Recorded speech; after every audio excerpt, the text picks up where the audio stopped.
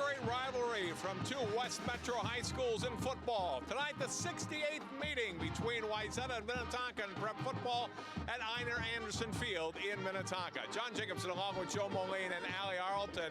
Joe, Wayzata having a little bit of a bounce-back season. They were just 3-7 a year ago, but already 3-0 to start this season.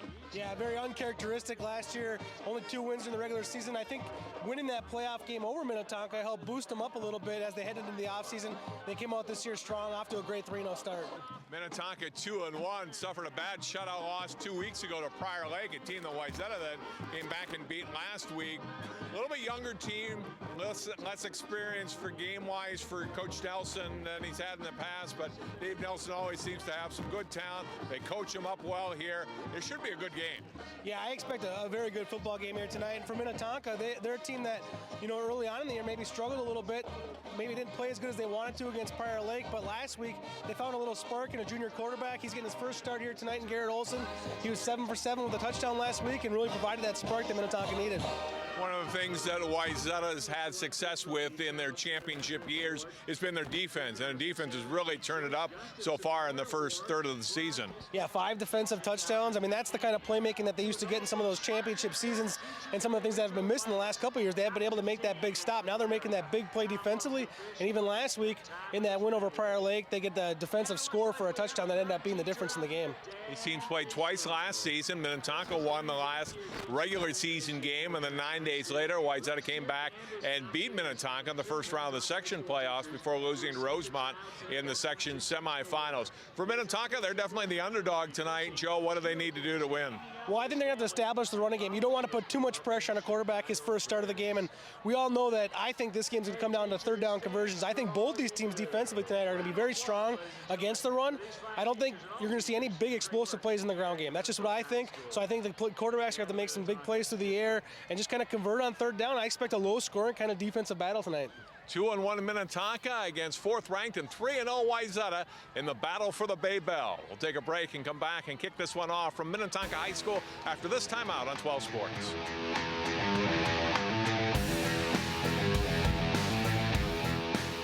Watch Channel 12 at home. Why not on the go? Channel 12 is online at 12.tv. Watch on your phone, on your tablet. Channel 12 is your local source wherever you go. Just log on to 12.tv. Check out our videos, subscribe to our YouTube channel, follow us on Twitter, like us on Facebook, and even watch live events via live stream. So don't wait. Stay up to date with Channel 12 and 12.tv, your local source.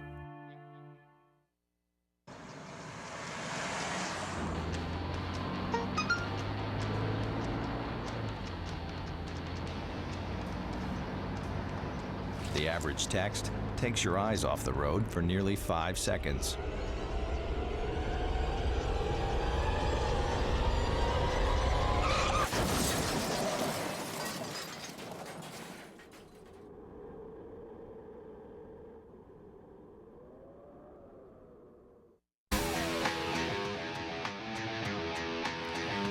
Minnetonka skipper is ready to march into the stadium here as they get ready for this game against Wayzata.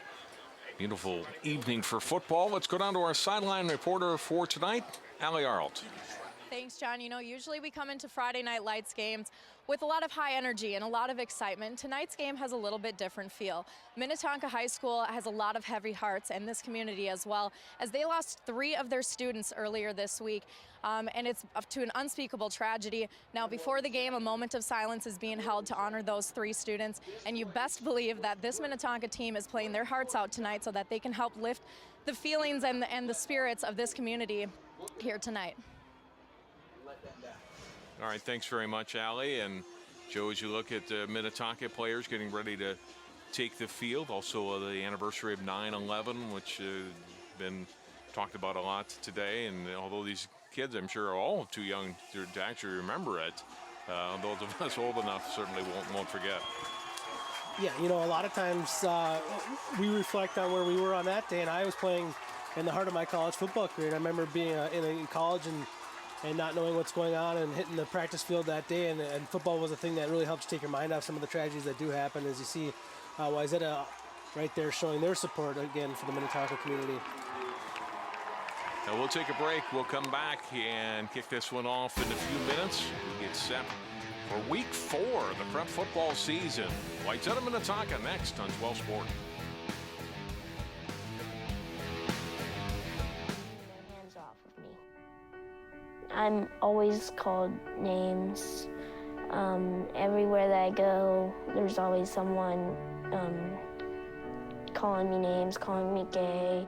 I've been choked, thrown up against the wall, punched. Nobody's ever tried to help me.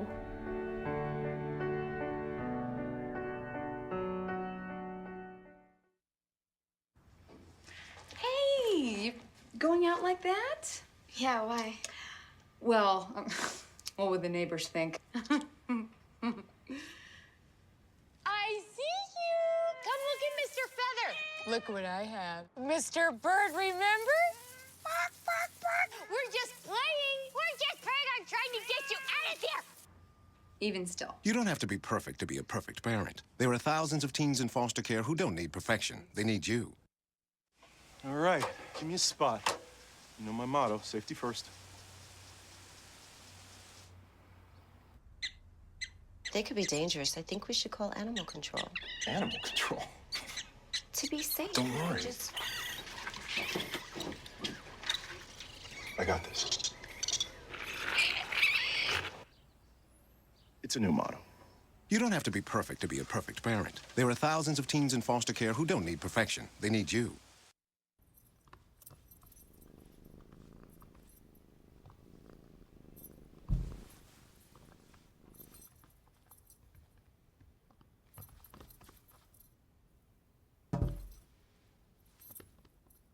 There's a shelter pet who wants to meet you.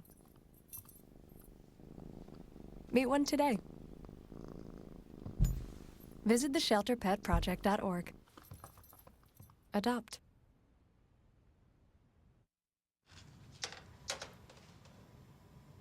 Wow, these are really good. You act surprised.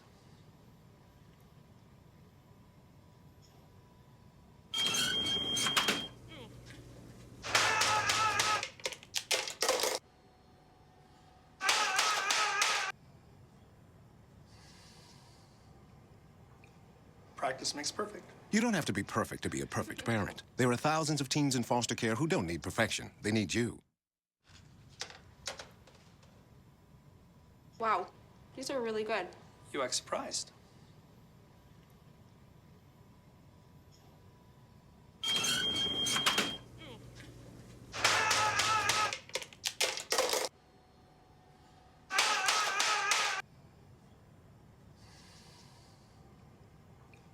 Practice makes perfect. You don't have to be perfect to be a perfect parent. There are thousands of teens in foster care who don't need perfection. They need you.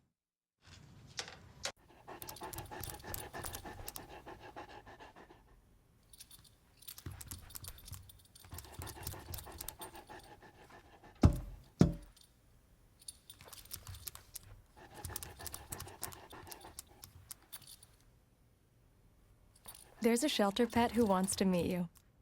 Meet one today. Visit theshelterpetproject.org. Adopt. Hey, did you buy something from some gaming site? What do you mean? Yeah, look, there's a bunch of different charges on here. Do you think someone stole our credit card information? I don't know. That site sounds familiar, though. Yeah, isn't that the site that Billy's on all the time? You don't think. Billy! Stop and think before you connect. Playing online is serious business. Visit dhs.gov/stopthinkconnect for tips on how to be safe online. The world is online, and we're all connected. While there's a lot to explore and discover, we each need to do our part to keep the internet safe. Cybersecurity starts with you. Learn how you can stay safe online at dhs.gov/stopthinkconnect.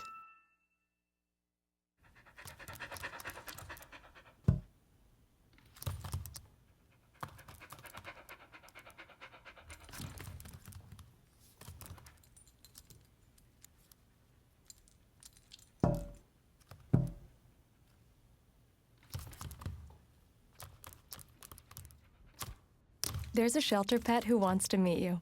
Meet one today. Visit theshelterpetproject.org. Adopt.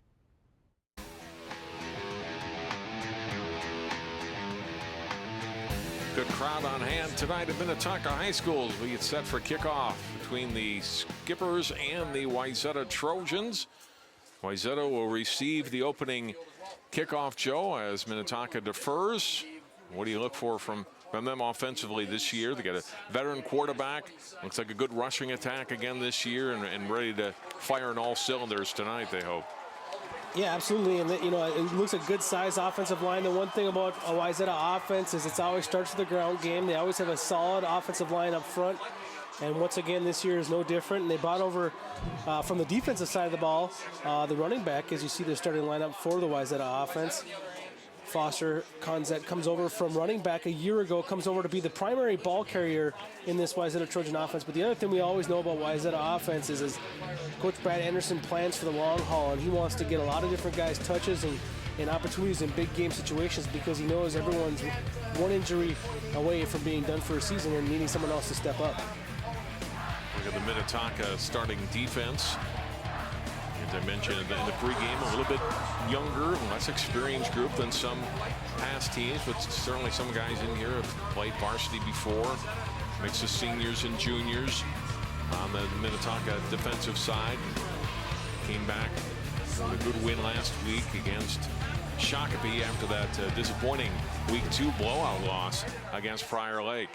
It's a Minnetonka defense this year that's only given up 7 points in the first quarter, so they're used to coming out here and starting off strong. Probably the reason behind them deferring here this evening. They probably have a little bit more confidence in their defense to try to get that early stop and get that field position in your favor. Marshall Gladowski getting set to kick off for Minnetonka. Now Wayzata's return team getting ready to take the field. Minnetonka in the blue and black, Wayzata in the white with the gold pants and helmets. Not much wind tonight, Joe, so I don't think that'll be, weather will be any kind of a factor this evening. No, this looks to be one of those pristine high school football nights where it's a crisp night, not hot. It's not windy, it's not rain. The ball's going to be dry. It's going to be a great night. And Gladowski's kick is handled at the 5-yard line. Returned up the middle of the 20 and spilling out to the 23. An 18-yard return. As you look at the battle for the Bay Bell, the all-time series. Started back in 1952. Wayzata leading 35-30 with 2 ties. So first down and 10 for Wayzata on their first series of the game. From their 23-yard line, Jake Marsh is number 2. There's his numbers on the season. 50% completion percentage, almost 400 yards and 6 touchdowns in 3 games. 2 picks so far for him. Single back, a fake, the Conza, a throw and a completion out to the 42-yard line, and immediately a 19-yard pickup on first down. Grant Slavic, the senior tight end, making the grab. And right away you see the athleticism from Marsh to roll out to his right and confidently throw that football on target, and he has some big targets to work with. That's a 6'4" tight end working his way across the field there, and a nice first down play for this Trojan offense. Hand up to Conzet, big hole up the middle, midfield and into Tonka territory down to the 39-yard line. Tackle made by Nate Shoemaker, but not until a big gain. 19 yards on the first run of the day for Conzet. Nice little inside trap play here. You see, actually it's just a zone blocking play there, but everyone, the defensive tackle from Minnetonka really got sucked in. Nose tackle got pushed off the ball. Nice job done by the right side of that offensive line. On first down and 10 from the 39. Conzet wrapped up almost immediately. Aaron Moore, the big 6'2", 290-pound senior defensive tackle, makes the stop, but it'll be a loss on the play of 1 on second down and 11 coming for the Trojans. And Moore makes a big play there. He's the one that got blocked and really blown up on the play previous, so he makes up for it on that play. I thought he maybe jumped off sides there, but he must not have crossed the neutral zone. Makes a nice play. So the ball pushed back to the 40 of Minnetonka. Marsh out of the shotgun. He'll hand off, inside give, and a pickup of 5, maybe 6 yards. This will be Connor Moen with his first carry tonight. It's a good chunk of yardage back, Joe, and makes it a 3rd and manageable yardage. 5 yards to go. A gain of 6 for Moen. Minnetonka brought a safety blitz up there, got into the backfield, did not make the plays. You take a look at Coach Brad Anderson, who's been around the block more than a few times for Wayzata. One of the most experienced coaches in the metro area, and certainly one of the best coaches in the state. Career record 149 and 37 in 17 years at Wayzata. Marsh back to throw on 3rd down and 5. Has time, and his throw a little bit high and incomplete. Alex Jensen, the intended receiver, couldn't come up with the catch. That would have been a 1st down and more. Instead, it'll be 4th and 5. That's a play that Jensen wants to have back right there. He runs a nice slant. It's a perfectly thrown football. 6'6" wide receiver puts it right on his hands there. Jensen had a little contact out of his break and didn't just really get his eyes on the football and his hands up quick enough there to make that play. 4th down and 5. Wayzata will go for it here from the 34 of Minnetonka. 2 receivers to the left. Marsh under center. Looking left. Dumps it over the middle. Gets the completion. Slavic breaking a tackle. Down to the 20, to the 10, and he's down to the 9-yard line. Grant Slavic with his 2nd catch. A huge grab there. And a pickup of 25, 1st and goal for Wayzata. Slavic, at the point of this reception, he still doesn't have the 1st down, so it's imperative for him to break that tackle there at the 30. He gets the 1st down, and then much more. You see his ability to run after the catch. That's why they have him returning kicks right there. He's not just a tight end. He can make defenders miss and break tackles. You need to get behind the yellow line. 1st down and goal. Ball on the left hash from the 9-yard line. They give us to Konzit, trying to sidestep Minnetonka tacklers, and he'll get a little push from his friends and get forward maybe 2 yards to the 7. That might be a little generous. It'll be 2nd and goal from just inside the 8. Wayzata showing a lot of confidence in their passing game. I expect them to kind of go to that right here again on a 2nd down and long situation here on 2nd down and goal. First drive of the game. 2nd and goal. Marsh, quick throw, and it's a touchdown. 7-yard touchdown pass as it hits Brady Galbraith, 6'3" senior, for the score. And it's 6-0 Wayzata. Nothing fancy here. Galbraith just ran an up route. There was absolutely nobody covering him. Blown coverage there by the Tonka Skippers as they came out in shotgun right there and had more receivers than what were accounted for in the coverage.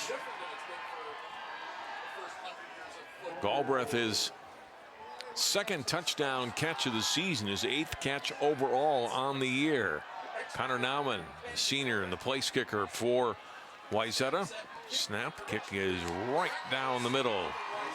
Now the hold of Harrison Muller, and it's 7-0 Wayzata. Joe, very nice first drive as we look at the touchdown again. Great drive by the Trojans, and that ball actually was slightly thrown behind his receiver, and after a receiver dropping a pass earlier in that drive, that time Galbraith kind of bails his quarterback out there, making an excellent catch going behind him to make that grab. But again, if there was any coverage there, that play could have possibly been broken up and it would have been a much harder catch. But as open as he was, he had the time to go back, reach across his body, and make that catch. If the defense is there, he's going to pay the price for having to reach back behind him there, and he would have taken a hit. So what a great drive by the Trojans. I expected them to have to throw the football here tonight to win, but I did not expect it to come out so good through the air here in that opening drive. Drive goes 2 minutes, 59 seconds, covering 77 yards on just 8 plays. And Marshu came into this game, as you said, John, 50%, was much better than that in that possession. Line drive kickoff fielded at the 10. Returned up the right side, spinning, and down to the 29-yard line goes Ty Barron, the sophomore running back. And that's where the Skippers will get the football for the first time tonight. Barron had that ball a little bit loose there on that return. The ball was exposed a little bit, so lucky to get brought down without fumbling. As you take a look at your Minnetonka offensive starters, we talked in the pregame a little bit. I guess the biggest story for the offense there is first start at quarterback for the Tonka Skippers, Garrett Olson. Garrett Olson replacing Dan Griep, who stays in the starting lineup as a fullback. And one of the reasons why they made that move, too, is Greep is a good enough athlete. He can play multiple positions, Coach Nelson told us. And it's a quarterback keeper on first down after a fake on the handoff and nothing doing. As you look at the Wayzata defensive starters for tonight. Looking at the defense right there, that's been firing on all cylinders this year, causing a lot of trouble for opposing offenses, forcing turnovers, and then bringing it to the house. 5 defensive touchdowns in 3 games. That's incredible.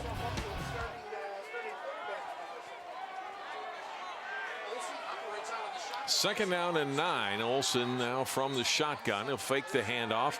Looking out to his left. Throws completion there. And stumbling out past the 40-yard line for a first down is Dan Greep. Greep, who was the starting quarterback, Joe, still in the lineup as a fullback, makes the catch here and gets a first down. Oh, you like the athleticism from Olsen as he shows. When he stepped back to pass through, the passing lane wasn't there. He shuffled his feet a little, moved his feet, stuck with it. He found a little narrow window there to work with, and they got a first down.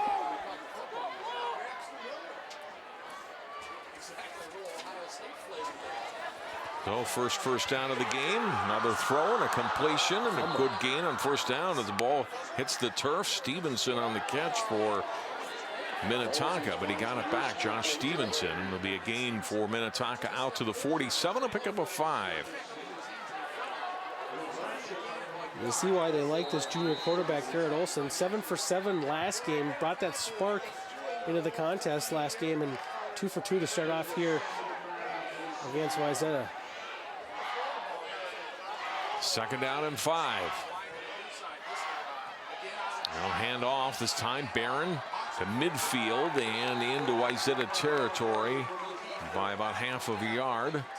Gavin Baumgartner among those, or excuse me, Christian Thomas among those on the stop for Wayzata. As you look at Dave Nelson, veteran coach, had a great deal of success at Blaine High School. Came to Minnetonka, won a state championship just over a decade ago. Pretty solid football here, year in and year out. Yeah, I mean, he took this Minnetonka job and he solidified the program immediately, and just another great coach that we are lucky enough to be able to cover here on Channel 12. Third and a long one. It'll be Olsen keeping. He's got a first down.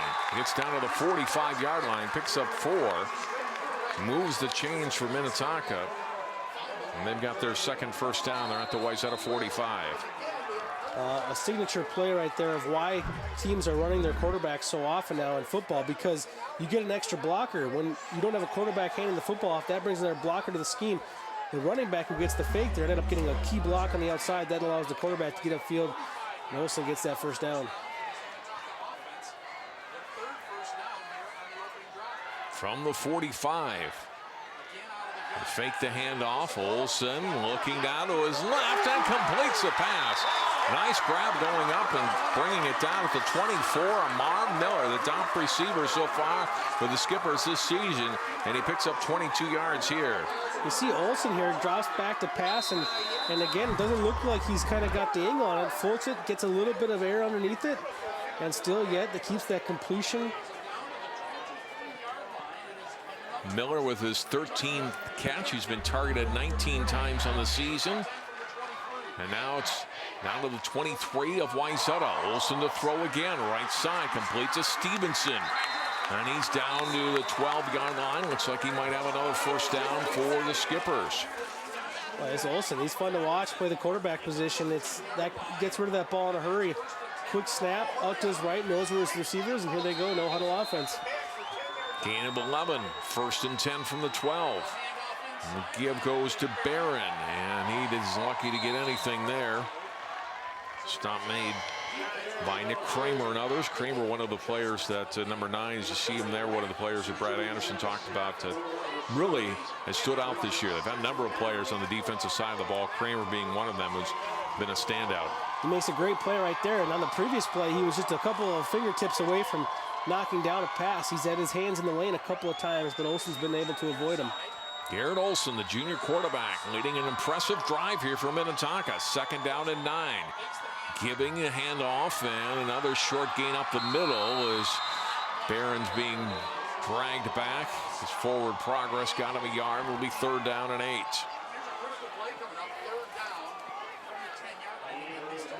Barron, I mean, you don't see many sophomores sitting 6 foot, 205-pound running back. I mean, that's the ideal size for a running back, and here he is as a sophomore, already has that much meat on the bones. There's no hole for him to work with right there, but you saw how tough he is. The defense was still not able to bring him down. But this is a big 3rd down play right here. Obviously, Minnetonka would love to match what Wayzata did on that opening possession. On 3rd down, Olsen gets a rush, gets outside, ball is tipped and incomplete. That's his first incomplete pass in 2 weeks, and it really was an interception. Wayzata, that turnover-prone defense, almost does it again. Sam LaRose got a hand on it, broke it up for Wayzata. Look at it again. There's LaRose, almost had the pick there, and then Miller couldn't come up with it. He would have not been able to come down in bounds anyway. It's 4th down here now for Minnetonka, and 8 from the 10. And Dave Nelson's going to call timeout. Well, maybe second guessing this whole. Well, I was going to say he's maybe second guessing the field goal, but actually I think he let time run down there. They knew they didn't have enough players on the field, and he took a timeout. Let's go down the field again, and Allie. John, you've been mentioning Nick Kramer's name here early in the game, and this guy is new to the Wayzata team. He actually transferred from Providence Academy, and why did he transfer in his senior year? Providence Academy, he was doing so well. He's attracted a lot of attention from D1 teams in the FBS, and these teams told him, they said, we want you to play against bigger and better teams to see how you can match up on a college level. So he moves over to Wayzata, and he's hoping that that move will also attract FCS attention. Thanks, Allie. And yeah, Kramer had some success last year. Providence Academy as a team had a great deal of success. And now he gets a chance to go against some 6A schools. So Minnetonka will go for a field goal. Ledowski on for a 22-yard attempt. High and up and through. And Minnetonka is up on the board at 7-3. Well, that's impressive answer by Minnetonka. They don't equalize the 7 points, obviously, but to move down the field the way they did and put 3 points on the board, that's pretty good stuff from the skippers. A nice answer. And the offenses right now look good. Early on in the year, a lot of times the defense is ahead of the offense, and the offenses look a little bit shaky to start. I'll tell you what, the offenses are looking pretty strong here tonight. Both teams marching down the field and taking care of business and putting points on the board. It's interesting how coaches adjust to the athletes that they have on the rosters, too, because a lot of times in these matchups with Wayzata and Minnetonka, they can be smash more football. Some of these previous Minnetonka Wayzata teams have had such good offensive and defensive lines. A lot of the game is played between the tackles. Well, now you see some better athletes out there, and the ball is taken to the air a little bit. Kodowski's second kick, and again it'll be Slavic on his second kick return of the night. Out past the 20, and get it to about the exact same spot he did the first time, the 23. And so the Trojans will start their second possession. We're just under 4 minutes to play in the first quarter. Each team coming up with points on their opening drive. Yep, and we'll see if Minnetonka has a little bit of a defensive answer for what Wayzata did to him on that opening drive. It seemed like Wayzata kind of had their way. We'll try to keep an eye on and see what kind of adjustments maybe the skippers come with here. Considalone back behind Marsh, who's up under center. On 1st down and 10, Wayzata from its 23. Fumbles the football, but gets back on it. Back at the 19-yard line. It'll be a loss of 4. Unforced error right there. The fumble just kind of popped out on its own. Marsh never gets the snap, and you saw the center. When the center pulls, sometimes he's in a little bit of a hurry, and he was pulling on that play to come around to the right side. And the exchange never actually happened. Fortunate for Wayzata. Just a loss of 3 yards, not a loss of possession. Ball back just inside the Wayzata 20 now. So we wind down to 3:20 to play in the first quarter. Marsh will give to Conzit. Conzit sneaking through a hole and gets out to the 25. Looked like Joe, he was going to be stopped at the 20 and slipped through for 5 yards. Yeah, you stood up there a little bit at the line of scrimmage. They got the big nose tackle in the middle, Aaron Moore. Moore was able to shed his block and make the actual tackle, but you need the linebackers at that point to come up. Moore was occupying a couple of blockers. You need your linebackers to come up and make those plays. That's Peter Redmond and Will Feldmeyer's area there to come up and make that stop. 3rd down and 9 for Wayzata from their 25.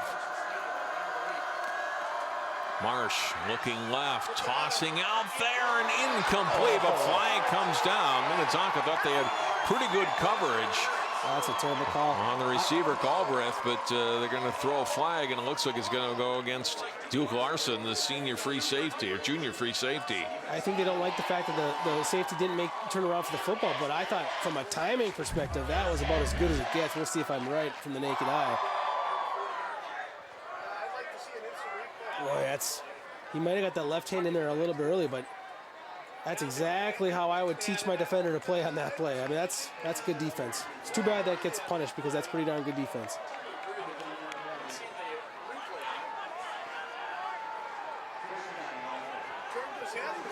Yeah, that's tough. It's tough to penalize a play like that.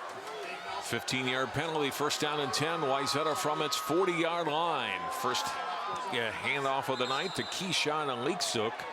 And Aleksuk will get 3 yards out to the 43. Came into tonight 89 yards rushing on 16 carries and a touchdown. Second leading rusher behind Foster Conzett in the first 3 games for Wayzata. This is where the resilience of Minnetonka's defense will get tested, because when you're having a trouble getting off the field against an offense and then you make what you think is a good play but you don't get the call, you tend to kind of lay down a little bit. Let's see if the Skippers can avoid that. Play action. Marsh rolling out. Completion. A lot of room down the left sideline and a 1st down for Jack Nelson. Nelson down to the 43 of Minnetonka. The Skippers are having a hard time dealing with Wayzata's change of direction plays right there. They had a whole line shifting to the right there and pulling out, trying to really sell. They were coming to this side of the football field, and then they slip a tight end back to the backside. It's a nice looking play offensively, but someone has to stay at home on the defensive side. On 1st down and 10, it's Mullen, and he's going to be dropped for no gain, perhaps even a little bit of a loss. Moore on the tackle. His 2nd tackle for loss so far, Joe. Yeah, he can be a handful up front there, and you can tell for him, part of it is just the ability to kind of stay fresh. Because he gets tired and puts his hands on his hips. That play played with a lot of energy, came from the backside there to make that stop. That was just a great play.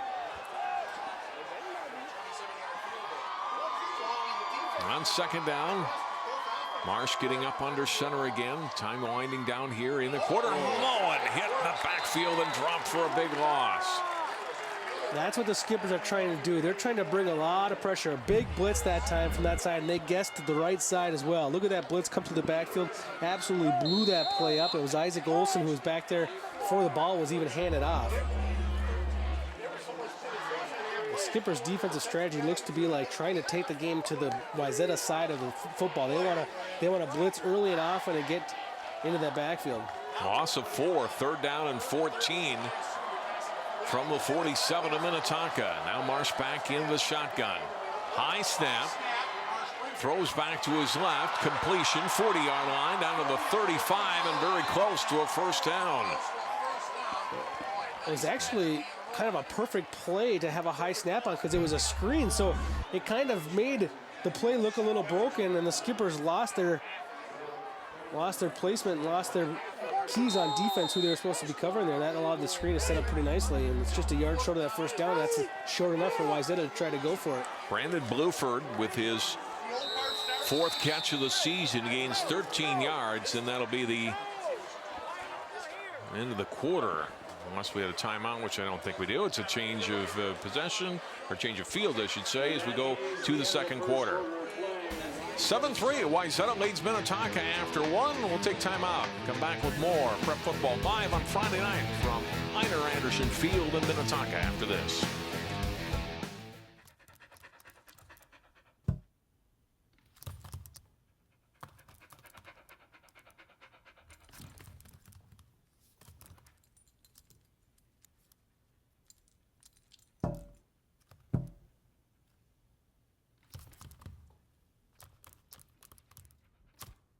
There's a shelter pet who wants to meet you. Meet one today. Visit theshelterpetproject.org. Adopt. 7-3,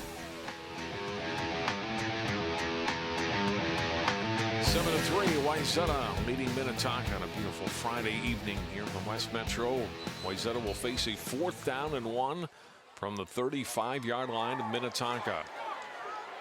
Joe, they get the big 13-yard completion, though, Marsh to Bluford, to give them a shot here on 4th down. And that's why those big 3rd down and long plays are so important, not to give them any yards at all. You embolden them to go for it on 4th. Out of the I formation, Conzit, nice hole left side. Inside the 30, gets down to the 26, a gain of 9, and a Wayzata 1st down. Offensive line just wins the battle up front there. Minnetonka's been blitzing around the edges a lot here tonight. That time, Wayzata runs kind of the right play for it because it's a play where you got a pulling guard from the right side and everybody on the left side's blocking down. You just kind of block whatever shows up in your gap, and it's a nice play to run against a blitzing defense. Alexuk, the lone back on 1st down and 10. Marsh rolling out right, throws a little bit behind Alexuk and couldn't come up with a catch. Incomplete, and it's 2nd down and 10. Marsh 3 of 5 passing so far with a touchdown. That's where you can see Marsh, a little area for improvement there. He plays with a lot of confidence, and I like the way he handles the offense.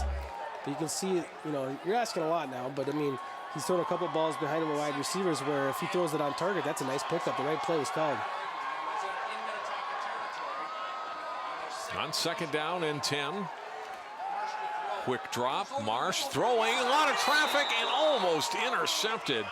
In and out of the hands. Harrison Skeen, one of the captains for Minnetonka, almost had a pick there.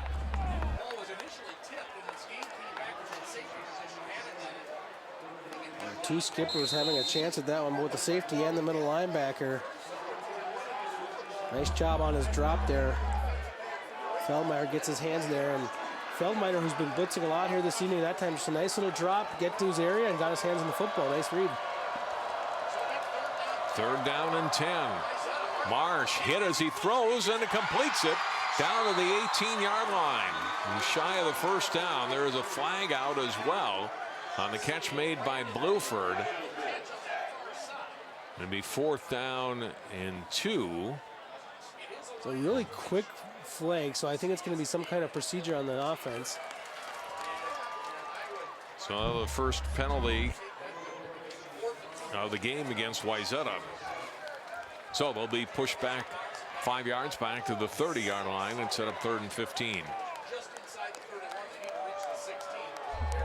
Good tackle by Skeen, but now it's 4th down as that play, or excuse me, 3rd down. That play went for naught. Marker on the field says 4th down, but it should still be 3rd down here for Wayzata.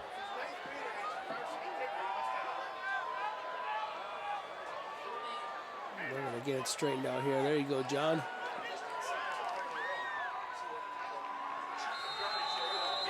There you can see the down marker across the field. 3rd and 15 for the Wayzata offense.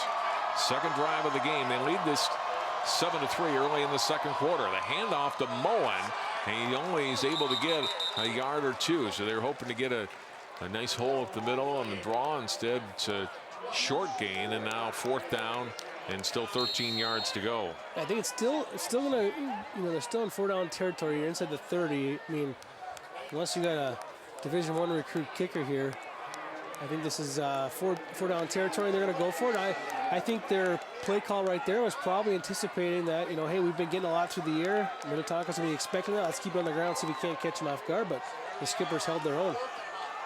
So 4th down and long for Wayzata. Back to Marsh, flag down, throw, and it's incomplete. Wawachek, the intended receiver, couldn't come up with it. There's a flag down.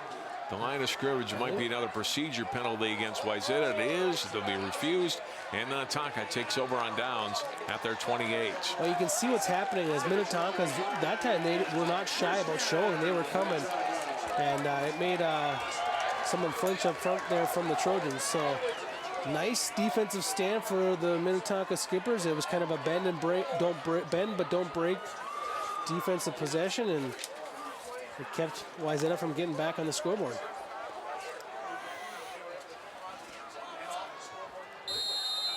$10:15 to play here in the second quarter.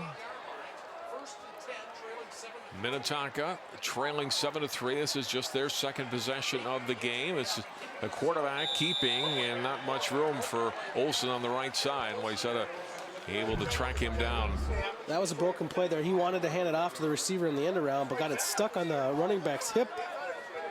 And then he started coming to the outside there. And I'll tell you what, Corey King makes a great tackle in the open field. Corey King looked very athletic on that tackle in the open field. King, a senior defensive end. Good-sized kid, 6'2", 225. Another captain, number 26, has second down and just over 10 to go. Fake the handoff. They'll throw a little swing pass out to Miller. Miller with his second catch and stretching the football out. Gets out to the 37-yard line. He'll be shy of the first down, but not by much, Joe. Pickup of 9 there. Well, not by much, because watch the way he finishes this play. A lot of players will step out of bounds here. King's not a big guy. Step out of bounds and take your yards. No, he runs over a defensive back. Boy, he's playing like Adrian Peterson there, finding someone late in that run there to run over out of bounds. Miller goes 160 pounds, so definitely does not believe he's 160. Jake Kroll on the tackle. Kroll was the player last week, Joe, of the interception return for a touchdown late in the game that won the game against Prior Lake. 3rd down and 1. They give us to Barrett, and he's dropped for a big loss in the backfield. King into the backfield along with Havlicek, and a loss of 3. Well, Havlicek here comes and blitzes through that A gap, and King, you see, makes a great play too. But Havlicek, he was supposed to be the linebacker that was going to get kicked out by the pulling guard. He got in there really early. The guard never saw him. The guard has to keep eyes on him. When he goes to pull, you're supposed to be looking at the linebacker the whole way and know where he's at. So on the loss, Minnetonka is forced to punt. Their line of scrimmage to their 35-yard line. First punt of the night. Havlicek will grab it back at the 35-yard line, and he's brought down at the 38 after a return of 3 off the punt by Noah Bowerly.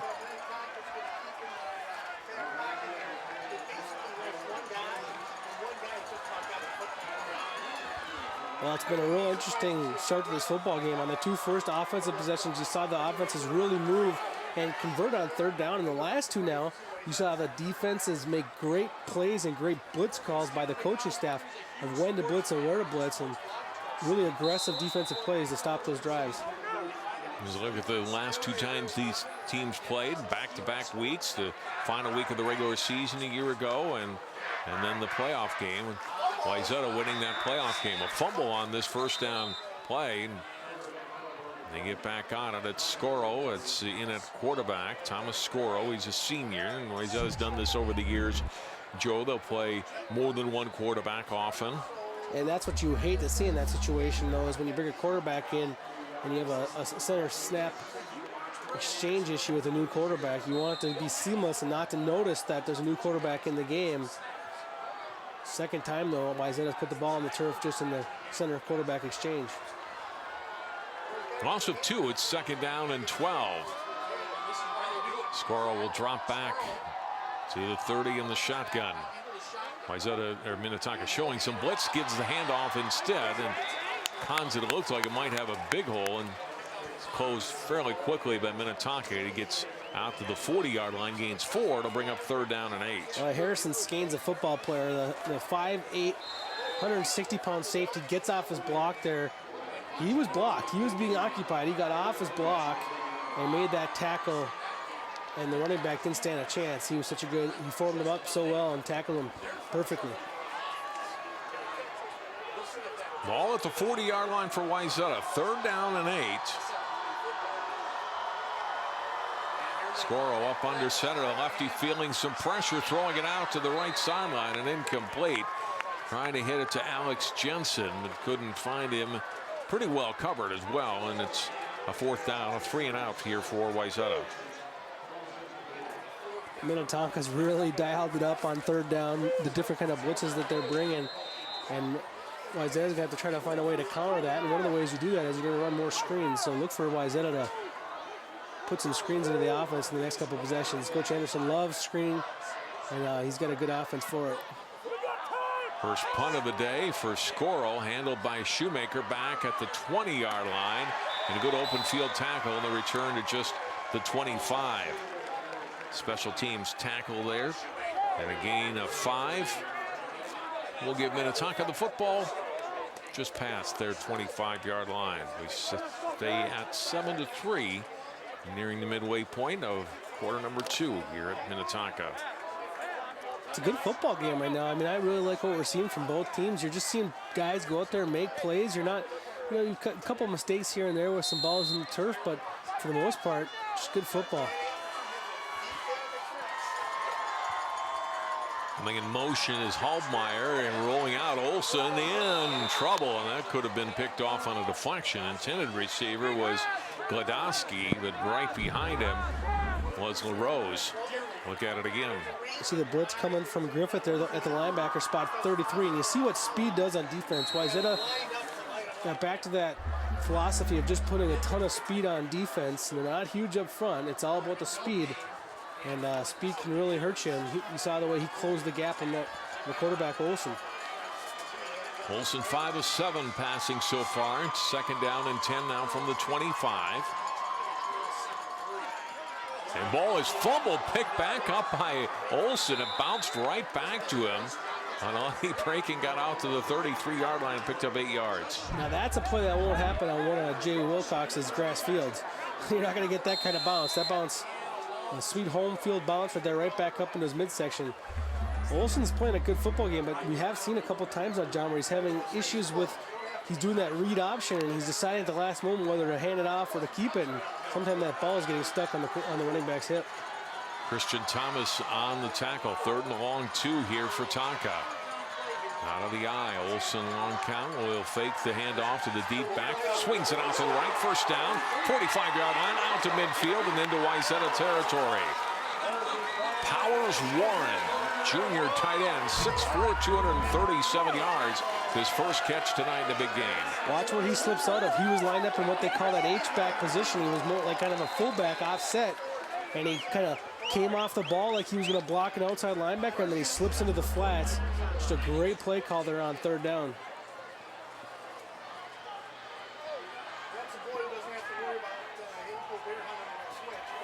$18 yards on the completion to Warren. And 1st and 10 from the 49 of Wayzata. Olsen looking left, can't find anyone, and down he goes back at the 42-yard line. Corey King with the sack. That's a big loss right there. That's where you want to teach the young quarterback as he breaks the pocket, has nowhere to go. There's nothing wrong with just sailing that one out of bounds. Right there, just throw it. He thinks he can get away. There's really good athletes on the other side of the ball there, and you just got to get rid of that football. Had a moment to throw it away. 2nd down and 17 now.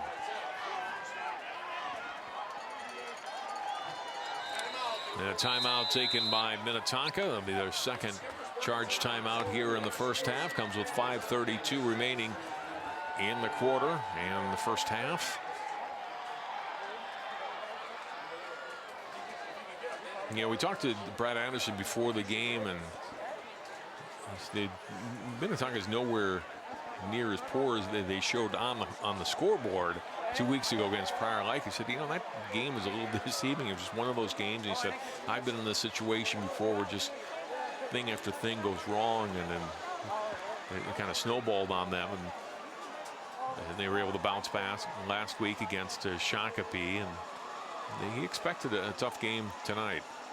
Absolutely, and you know, especially when rivalries on the line too. I mean, that can really erase a lot of, even if Wayzata is a lot better on paper, let's just say, and I don't think they actually are here tonight. I think it's a pretty even matchup with Wayzata being a little bit favored, but some of that rivalry stuff, you can throw it out the window, and it'll equalize itself out in the field, and players have to make plays. And Minnetonka looks pretty good here tonight, ready to make some.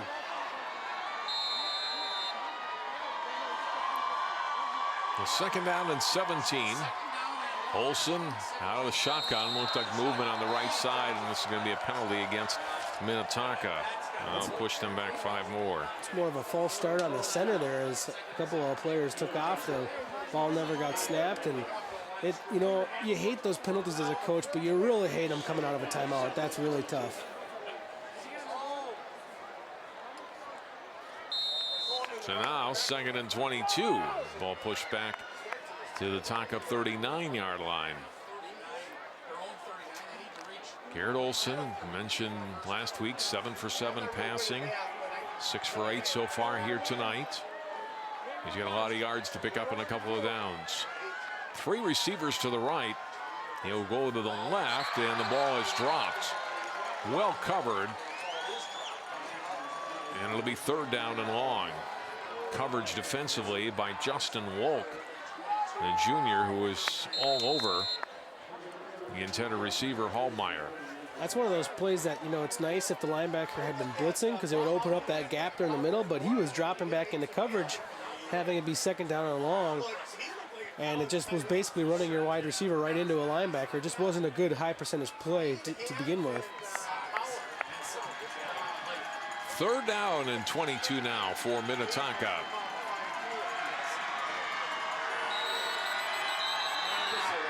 Minnetonka, we're going to have a delay of game, perhaps? Delay game. Or another timeout taken instead. Oh, they did give them a timeout. Okay. So they get their Minnetonka's burned through all 3 of their timeouts now here in the first half.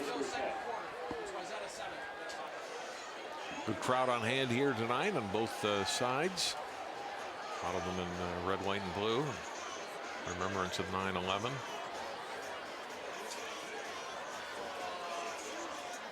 And it's amazing how many good football games there are across the metro here tonight. For whatever reason, this just lined up to be a great night. You got Osseo and Totino Grace doing battle. You got Maple Grove and Eden Prairie. I mean, you're talking some of the best teams in 6A football just matching up here tonight.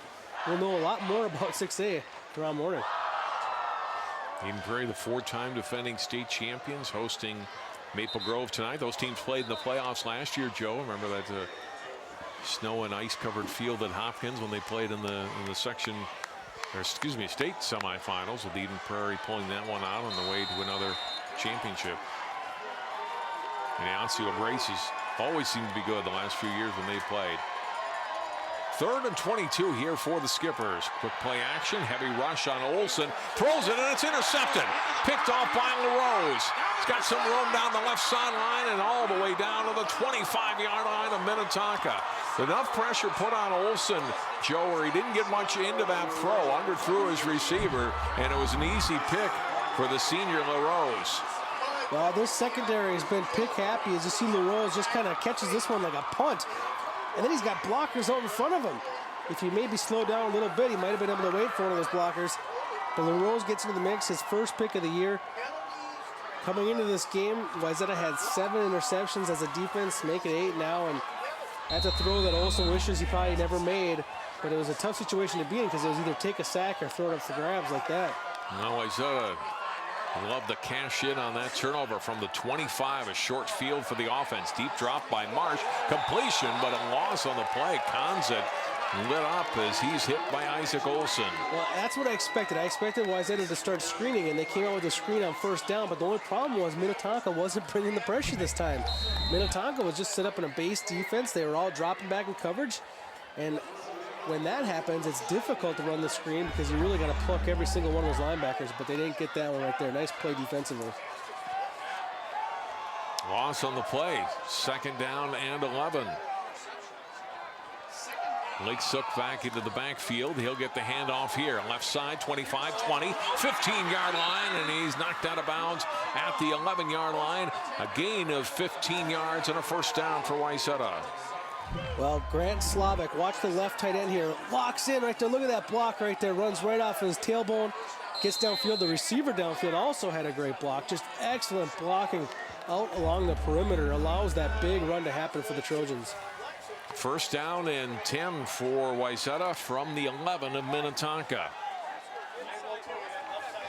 4:33 to play in the first half. Marsh looking right, throws, and incomplete. And a man open, and Bluford couldn't come up with the catch. Mad at himself that he couldn't make the grab there at the 5. 2nd and 10. And that was the perfect little route. ran for what the defense was doing too. The cornerback was really far off. There was a lot of room to work with right there. Look at all the room he had. Just have to secure that catch before you go down to the ground. 2nd down and 10 here from the 11-yard line. Now in the I formation as Marsh moves under center. And they'll give to Conzit. Has a hole right side, cuts it back left to the middle of the field and gains 3 yards down to the 8. Maybe closer to the 7, but it'll be 3rd down and long for Wayzata. It still looks like 8 to go. On the left hash here, I think you're probably going to see a little play action fake and Marsh rolling out to his right is what I would expect to see on this play here. Got a lot of room to work with. And they like to drag the tight end across the backside. On 3rd down, back to a single back. Roll out. Marsh under some pressure, gets away from it. Now he'll keep the football, leaning forward and gets down to about the 2-yard line. Didn't believe he didn't get sacked back there. He gets away from a couple of Tonka players, and now it'll be 4th and short. Look at this again. Somehow gets away immediately from Alex Hine. They got away from another Tonka player, and then bulls his way down to where it's 4th down and a yard to go. That's the one thing that I really have noticed a lot in this first half is Minnetonka's left a lot of tackles out there on the field. They're missing a lot of tackles. They've had opportunities to make big plays, and right there, you had a chance to make a huge play. How pumped up would this home crowd be if Hine makes that play right there in the backfield? Could have possibly taken him out of field goal range. You're talking about a huge play right there. It ends up going the opposite way, and now the Trojans have a chance to connect here on 4th down and get a 1st down. 4th down. Ball just outside the 2. They can get a 1st down without scoring a touchdown here. And the give is to Condit. And there's a touchdown. So I don't know if it's... They get a Licksuck on the carry of the touchdown. John, either there's a really strong confidence in their offensive line or a lack of confidence in the kicking game. But for whatever reason, Wayzata decides to go for it right there. Say, hey, we want to put 7 on the board. We know we can do it. And the offensive line wins the battle up front, gets the job done, and puts it into the end zone. Keyshawn Licksuck with the touchdown run. His first TD, Joe. That's got to be a special feeling for him to get in. And the extra point here from Nauman is up, and it is through, and it's 14-3 Wayzata with 3:17 to play in the half. Look at the give again to Licksuck.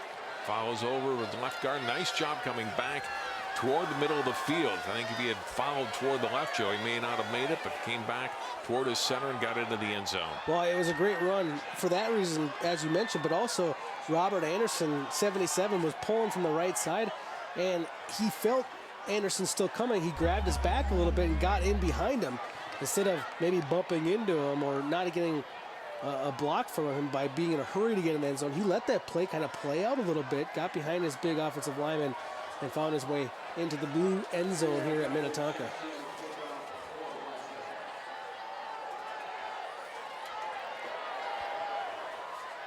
So Licksuck getting in, getting Wayzata important points. Joe, you know, you get that turnover, get the ball deep in Minnetonka territory at the 25. You don't want to leave without scoring on that drive. No, that was a big one for the Trojans right there. And once again, it's the defensive turnovers that have led to a lot of their points this year and has been a big staple of this team's 3-0 start. Line drive kick, and we'll get to the end zone. No, to go out of bounds. And so Minnetonka will get possession. They're out of timeouts. 3:17 to go here in the half. And a 1st down and 10 for Minnetonka from the 35 after the penalty.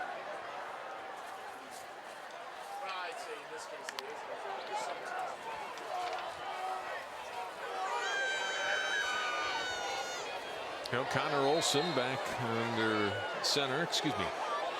Garrett Olson, the quarterback for Minnetonka, on a 1st and 10 from the 35. Miller coming in motion. Olson giving the ball inside to Barron. Nothing doing there.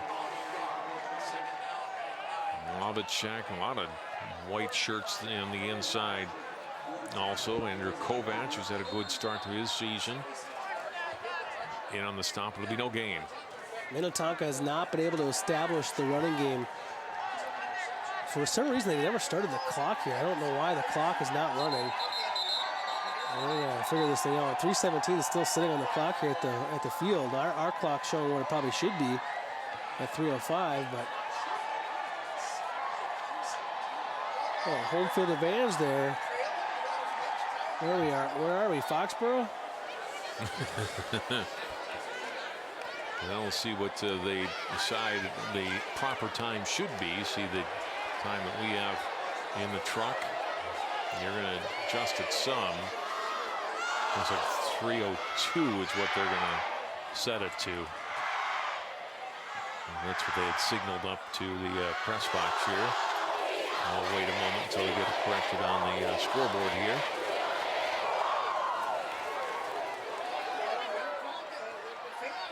Eden Prairie leading Maple Grove 7-3 at halftime down at Eden Prairie tonight.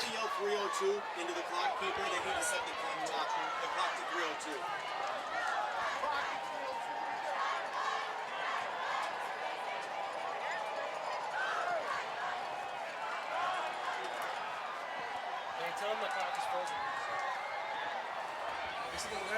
Apparently a problem with the clock, a malfunction with the clock itself. It's not moving off of 3:17. So may have to, officials might confirm they're going to have to keep time down on the field. So it'll be a 2nd down and 10 for Minnetonka. No gain on the first down run by Barron. This kind of does work out well. Nice for the Skippers, though. Lets them to kind of, they were out of timeout, so they can kind of stop things here, discuss what they're going to do to get downfield. I think one thing Minnetonka has to think about here, too, John, is, if something doesn't happen here on 2nd down, you kind of got to, you want to all of a sudden use clock now, because the last thing you want to do is let Wayzata score again before the half. Right now, as it is, the Skippers do get the ball in the second half to begin things, and being down 14-3 wouldn't be the worst thing in the world, but I'll tell you what, being down 21-3 would be pretty hard to overcome.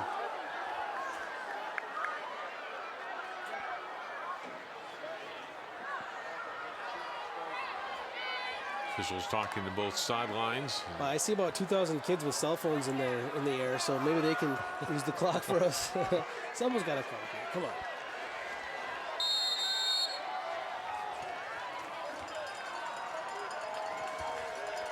Second down and 10. Motion comes Miller. He'll grab the pass. His play worked well earlier in the game, trying to cut back to his right, and not as much doing this time for Miller. He does gain a few yards out to the 43, but it'll still be 3rd down and 7 on his 3rd catch of the night from Garrett Olson.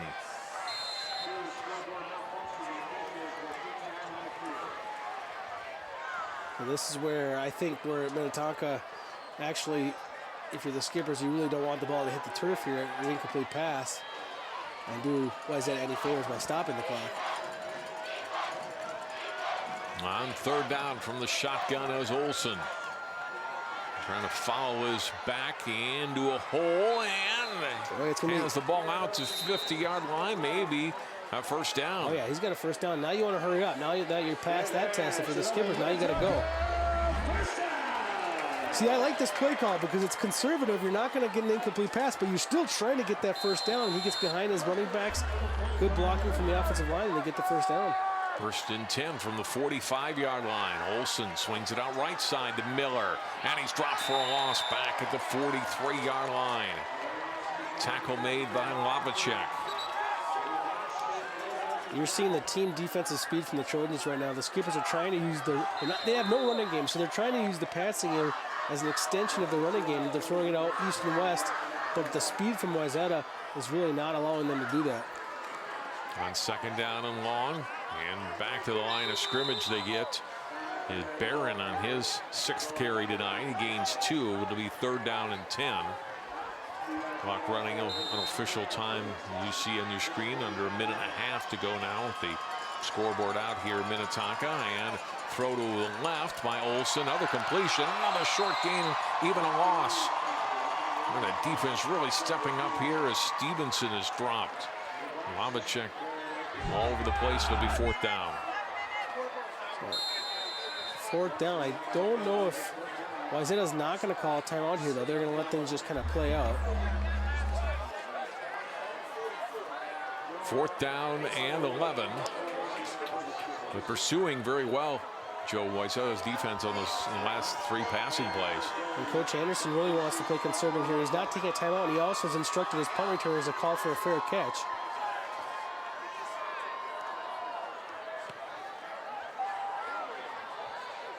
And they'll let it bounce, and takes a little bit of a Wayzata bounce as well, and it'll be down. Now they'll let it flag it down to 27-yard line. Wayzata football with the approximate time left in the half, and kept on the field. And Wayzata, I'm sure, is just going to run the ball here, Joe, once and call it good. Yeah, I think that's what you do. You just run the ball one time, you know, run it off tackle. If your guy breaks it, that's fine. But otherwise, you got to consider that it's been a pretty good half of football for the Trojans, and be happy they go to the locker room with an 11-point lead. Conzit will be the lone back behind Marsh.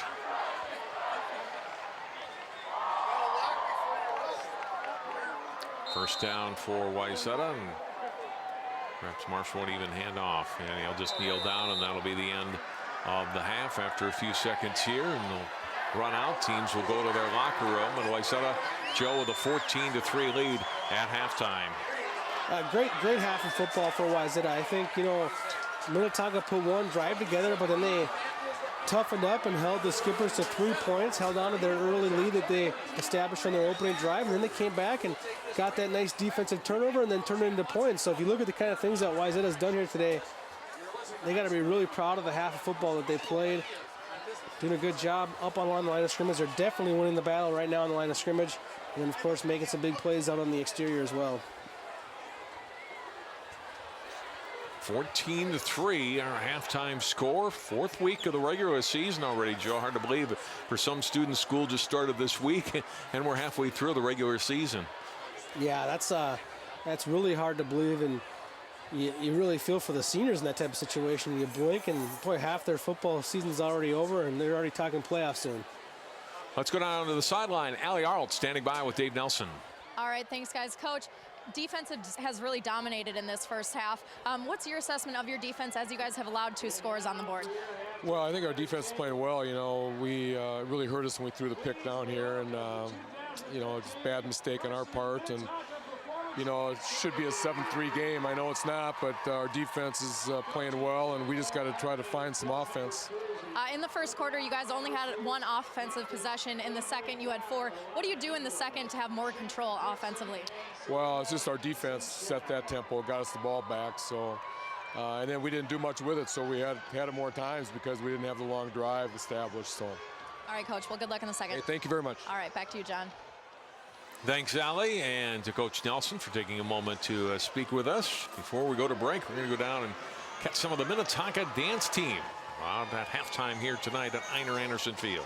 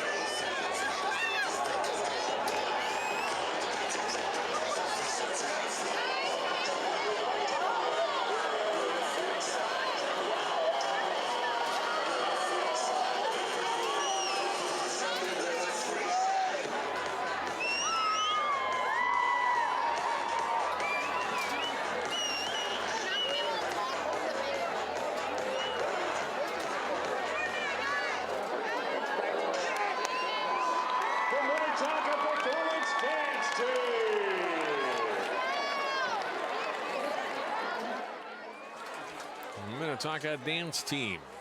Entertaining people here at halftime. Our halftime score, 14-3. Wayzata leads Minnetonka. Skipper's marching band coming on. We'll catch them in a moment. You're watching high school prep football on 12 Sports. Can you help me with this? My new dad teaches me all kinds of stuff. Sure. He helps me with homework. That would be 3.6795. Thanks. Yep. He helps me with my decision making. I wouldn't use this one. Ever. And he's even teaching me how to drive. And that's why cars have bumpers. I'm learning so much. You don't have to be perfect to be a perfect parent. Thousands of kids in foster care will take you just as you are. Volunteering is more than just a word. It's a window to opportunities. Take Mark, for example. By taking free TV classes at Northwest Community Television, Mark is helping bring entertainment and information to his community, along with building a foundation of skills that will take him one step closer to his dreams. Share your passion. Visit nwct.org.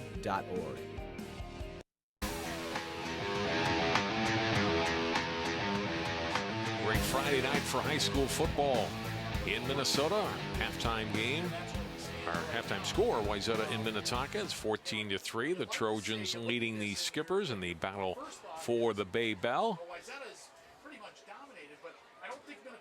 Marching band getting set up here for Minnetonka as we get ready for more of our halftime. Joe Moline, while they're getting ready, your thoughts on what we've seen on the field so far?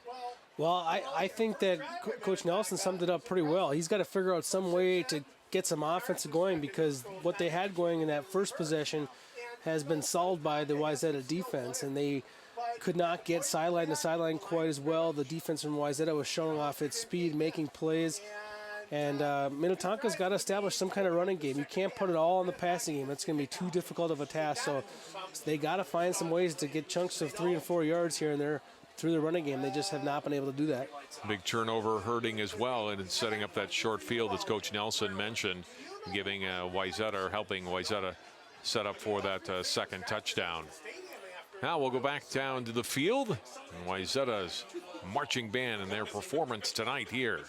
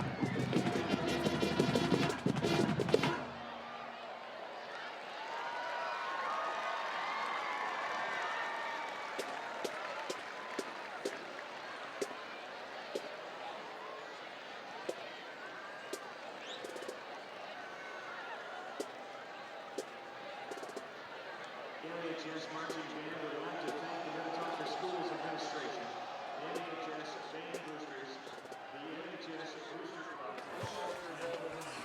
Club. Nice performance tonight by those young men and women of the Minnetonka High School Marching Band. We're at halftime. It's Wayzata 14 and Minnetonka 3. We'll take another break. Come back with more from Einar Anderson Field in Minnetonka after this. You watch Channel 12 at home. Why not on the go? Channel 12 is online at 12.tv. Watch on your phone, on your tablet. Channel 12 is your local source wherever you go. Just log on to 12.tv. Check out our videos, subscribe to our YouTube channel, follow us on Twitter, like us on Facebook, and even watch live events via live stream. So don't wait. Stay up to date with Channel 12 and 12.tv, your local source. Sharing your passion starts with taking that first step. Take Lindsay, for example. Her first step was taking free TV classes at Northwest Community Television. Right away, she received professional training and now has the tools and skills necessary to produce her own show. She's turning dreams into realities right from her own home. And best of all, she's sharing her passion with members of her community and beyond. Share your passion. Visit nwct.org.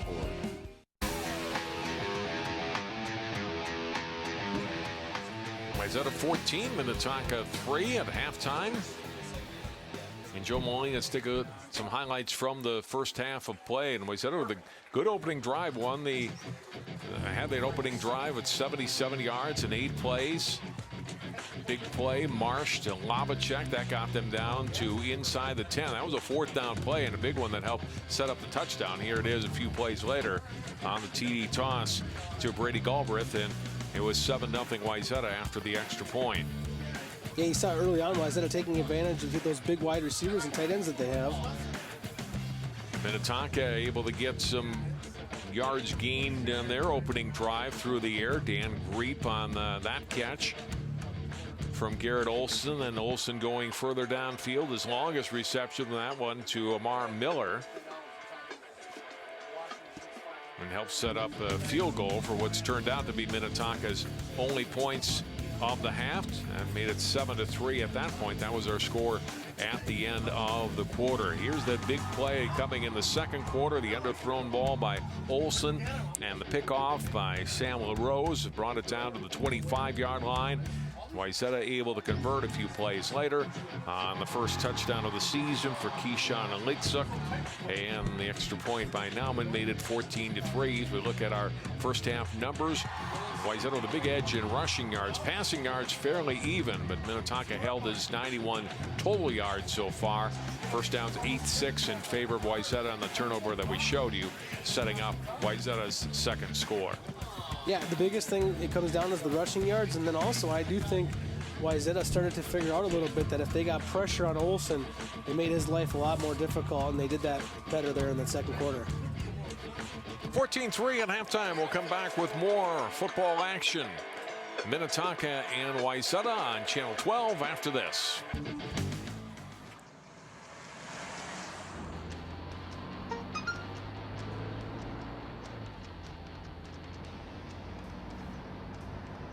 The average text takes your eyes off the road for nearly 5 seconds.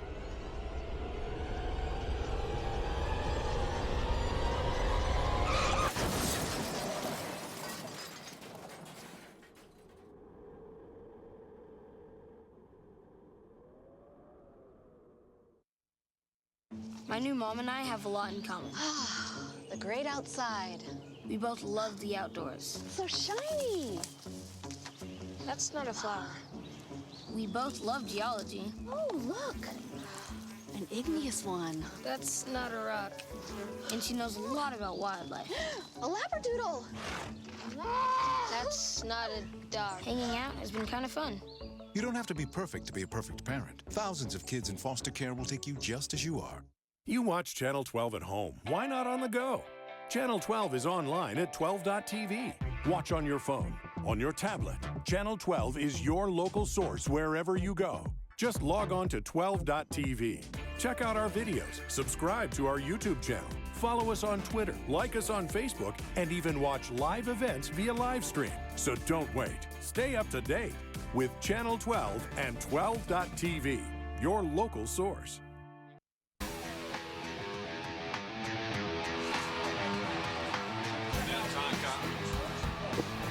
Minnetonka and Wayzata both now out on the field. We get ready for the second half of play. We talked about a couple of other games going on in the area involving local Channel 12 teams. Just to our south, Eden Prairie leading Maple Grove 7-3 at halftime. The lone touchdown scored by J.D. Spielman, a 93-yard punt return for the Eagles. And over in Fridley, Totino Grace leading Osseo, Joe Moline, 14-7 at the half. And you mentioned just how good of games Osseo and Totino Grace have had against each other in the last couple of years. It's, I guess, one of the cool things about Totino Grace going into the Northwest Urban Conference a couple of years ago and now playing up in 6A and staying with those teams like Osseo and Maple Grove is they've really started to develop a rivalry, a nice little rivalry between Totino Grace and Osseo, and we're going to look forward to more of those games as the years go on. I got to tell you, with the teams in our area now, I think it's really, with Maple Grove at an elevated status, Osseo playing good football, Totino Grace being as strong as they are, you got a core 4 teams that are pretty cool to watch. Let's go back down to the field. Allie Arlt is with Brad Anderson. All right, thanks, guys. Coach, how much momentum was carried into halftime, having that critical interception by LaRose that set up that second touchdown for you guys at the end of the second? Yeah, whenever you can score within, 3 to 4 minutes before half, that's big. Obviously getting the interception to set up the score. But the fact that we had to cash it in on offense and we were able to do so, that really made it. What does your team need to do in the second so that you guys go 4-0 at the beginning of the season? We need to play it one play at a time. We realize, we're only 2 plays up right now, so we're not taking anything for granted. All right, Coach, good luck in that second. Thank you so much. All right, back to you, John. Thanks, Allie, and Coach Anderson. And, we saw the touchdown run by Leakshook there and then the highlight package at halftime. Go back one play before that, Joe, the big third down play where Marsh looked like he was going to get sacked, eludes a couple of would-be tacklers and sets them up where they can go for it on 4th and 1 from the 2. Which that speaks brilliantly to what Coach Anderson said. It's one play at a time. I mean, that play right there goes the opposite way. And that Minnetonka defender makes that tackle, secures that sack. We are maybe talking about still a 7-3 football game, possibly, a 10-3 game. I don't know where we'd be at right now. Had that play happened in a different fashion, and Minnetonka makes that play right now. Wayzata seems to be the ones that kind of executing and making the big plays when they need to right now. Score update for you in the third quarter. Eden Prairie now leading Maple Grove 14-3. Sam Colpine getting set to kick off to start the second half of play. Best kick of the night, and it will go into the end zone for a touchback. And Minnetonka will start from their 20-yard line. I wanted to quickly just hit those teams that I was talking about, those 4 teams of Totino Grace, Osseo, Maple Grove, and Wayzata here tonight. Those 4 teams are just so fun to watch, and they're going to be so competitive, I see, for quite a while. Those coaches are as good as you can possibly get, and the programs are just as strong as they possibly could be right now. It's just fun to watch. Garrett Olson in the first half, 9 of 13 passing. Had the one big interception, was sacked once, threw for 73 yards.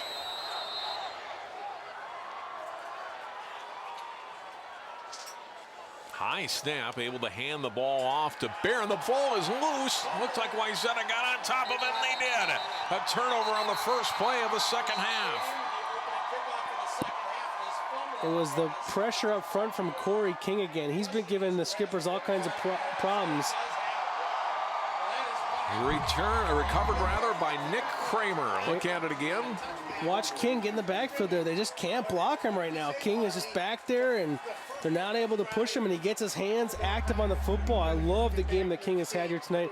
And then Kramer, who's had a strong game as well, he comes and gets that fumble recovery too. That'll look good on the stat line, as Allie had mentioned earlier. The recruiters wanted to see him play against big-time competition. Well, tonight he's made a couple big plays, and that fumble recovery will look good as well. But I'll tell you what, some of these recruiters are going to watch Kramer play, and they're going to see King as well, because King's been quite impressive here tonight.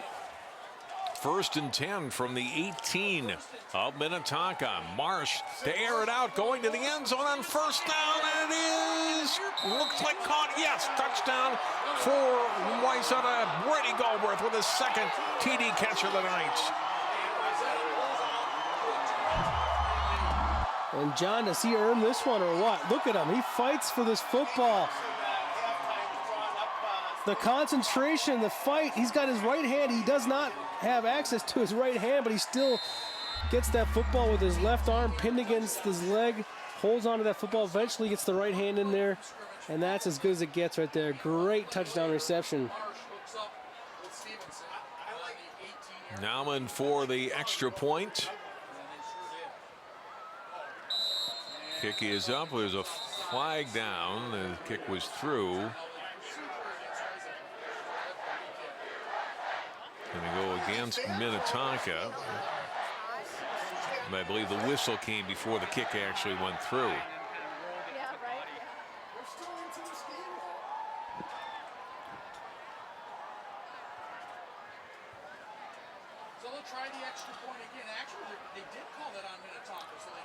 They'll move it up to a yard and a half, and they'll reset again.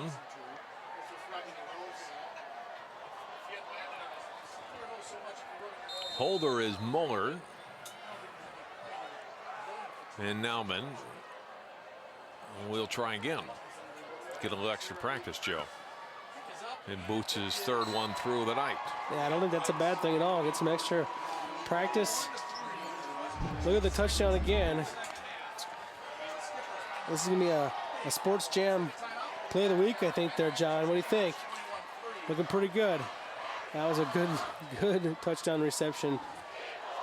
And, you know, that's another thing that Coach Henderson likes to do. You know, it's the old football thing. You get the turnover and you try to go for the big play right off the bat, and that's what Wayzata did. You kind of catch him off guard a little bit, throw the ball down the field, see if you can't make something happen. And that's what the Trojans did. In Minnetonka, you came out, you tried to establish the ground game, and right off the bat, they coughed the football up, and turnovers have been an issue this year for the Skippers. They had a big problem with turnovers against Prior Lake, and I'd say the ones tonight have been pretty costly. 14 points in the favor of the Trojans. So 22 seconds into the half, they get to 7 points and another touchback for Colpeen. That's a big blow for Minnetonka. You come out and say, okay, well, we'll put aside that turnover late in the half. We're still in this, but now you're down 18 points. And these kind of challenges are supposed to happen to you on the football field, and it's how you break through and bounce back from them. And you're looking for some leadership out there for the Skippers and seeing what they can establish here and see if they can't get something to come back. Garrett Olson standing back at his 15-yard line, and ball is tipped and knocked out at the line of scrimmage. That might have been Kramer again in there. And that's what Kramer had, a couple of near pass deflections early on in the game, and Olson was able to miss him. Now Olson, as he gets more experience right there, he's going to pump fake that one, get Kramer up in the air and find a window.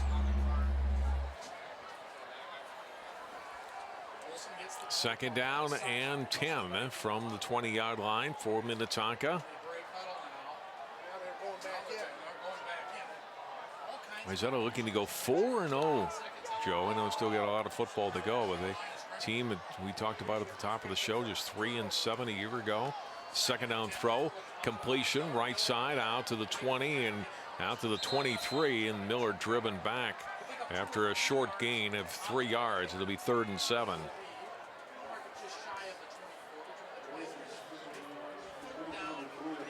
Minnetonka was getting some completions late in the second quarter, but they were all kind of that variety, Joe, of 3-4 yards at best.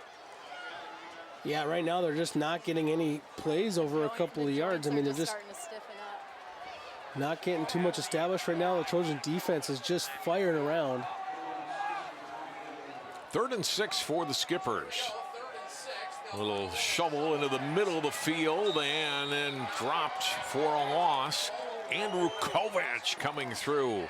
That'll be 4th down for Minnetonka. Well, Kovac is one of the players that Coach Anderson pointed out in our pregame conversation, who was just having an excellent season so far. Right there, he shuffles, watches as Key stays in that running back and makes a nice solo tackle.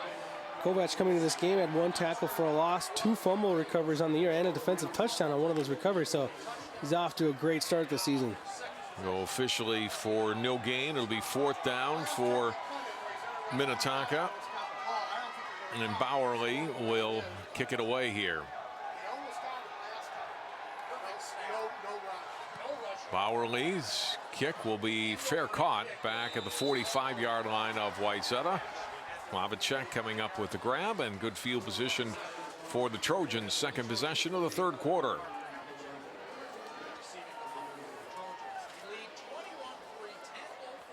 And just the absolute opposite start to the half that Minnetonka wanted. You know, you turn it over right off the bat, you give up a touchdown on the next play, and now you go 3 and out. Just nothing has gone the Skipper's way here in this second half so far.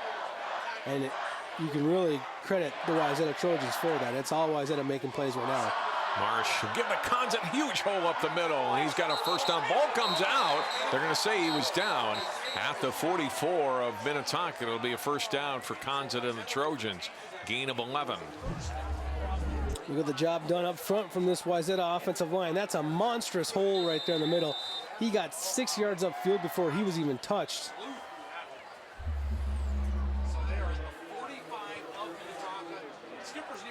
First down and 10 for Wayzata, now in Minnetonka territory. Conzett will be the lone back behind Marsh. Lines up under center. 2 receivers to the left, 1 to the right, and they'll give to Conzett again. Foster breaking a tackle inside the 40, gets down to the 39-yard line. Gain of close to 6. It'll be second down and 4. Conzett with 58 yards on the day and just 9 carries.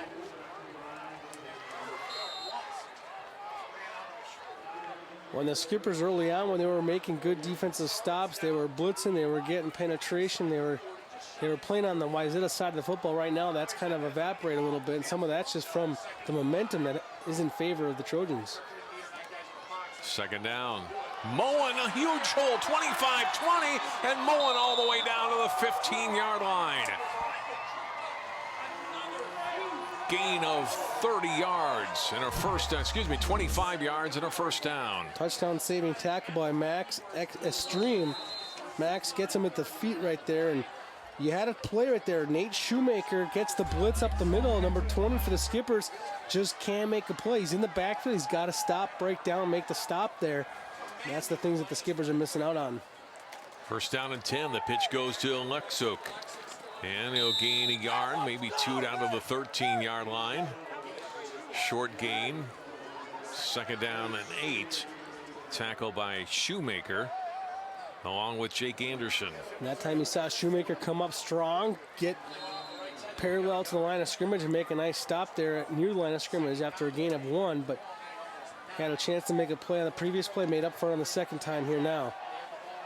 Just kind of making plays. That's what defensive players have to do. Trojans have done it here tonight, and the Skippers, unfortunately, have only done it about half the time. On second down and 9, Marsh throwing out to the left. Got Bluford, 10-yard line. Bluford trying to cut it upfield, gets down to about the 6. Tackled by Larson. It'll be 3rd and short. You can see what Wayzata tries to do. They like to attack the wide side of the field. So they get the ball over here in the right hash mark, and they run a little bubble screen over there and get a great block along the outside from Slavic, who's going to work out there on the outside. Actually, it was the wide receiver, Alex Jensen, doing an excellent job out there. 3rd down and short. They give to Conzett. First down, heading toward the end zone. It'll be first down and goal from the 1-yard line on a 5-yard run by Conzett. And watch Wayzata. They got Minnetonka back on their heels. They're not going to huddle up. They're going to call it right there at the line and get right back after it. Out of the eye. And running it in himself is Marsh for a touchdown for Wayzata. And they get 2 scores, Joe, in the first 4.5 minutes of the 3rd quarter to blow this one open. It's 27-3. You know, Marsh, as a quarterback, is not probably as accurate as you would love him to be, but his experience helps you make plays like this. After the turnover, you go for the touchdown, you throw it in the air. You saw the way he moved the team down there. He got plays in quick from the sidelines when he knew that they could do that. And that's something that him and his coaching staff are able to do because they've had a lot of games under their belt together.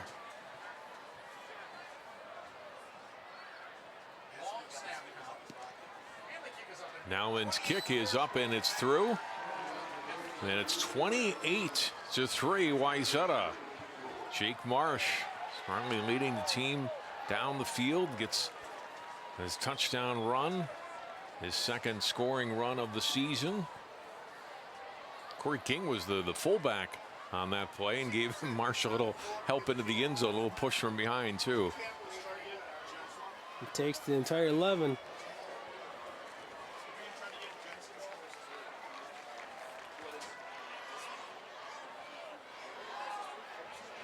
I would have to believe that Minnetonka has to be a little shell-shocked here in this second half. The way that Wayzata has come out so strong, the Trojans are looking like a serious contender right now. And a team that's prepping up for big games against teams like Maple Grove and Eden Prairie. Colpin's really getting his leg into these kicks here in the second half. 3 straight touchbacks for him. Minnetonka again will start at the 20-yard line.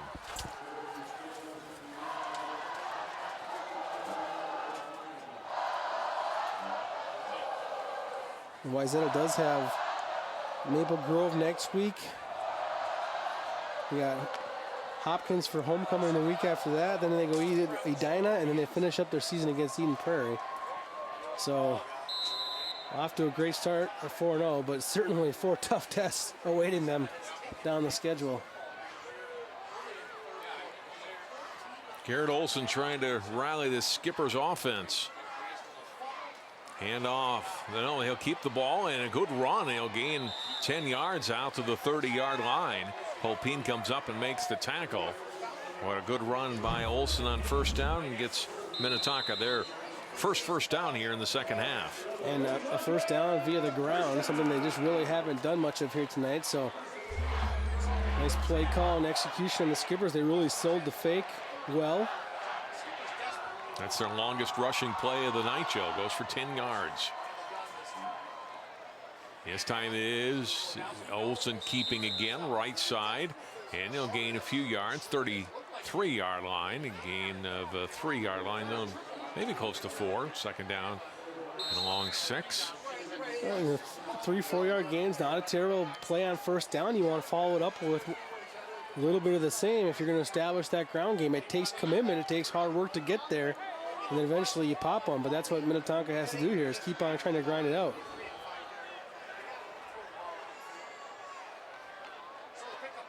On second down, and this time they will give the ball off, and they gain only out to the 35-yard line.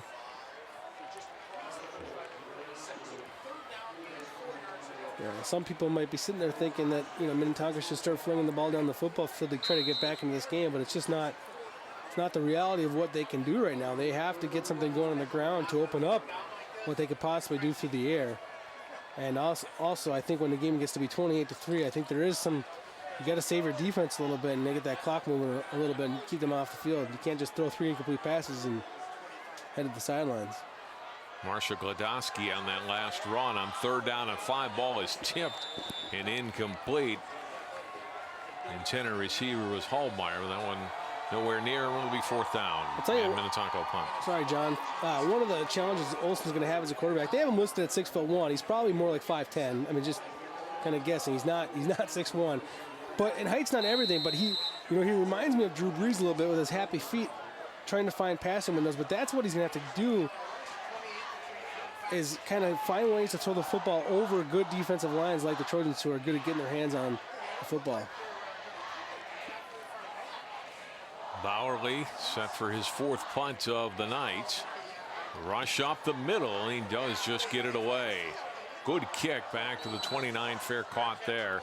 And Wayzata will take over after the fair catch by Cole Darney, senior. And at this point in the game, when you're in special teams, you just don't want to make any mistakes. You don't want to run into the kicker or off the kicker. You don't want to fumble the punt. You know, just get your team the ball back and go from there.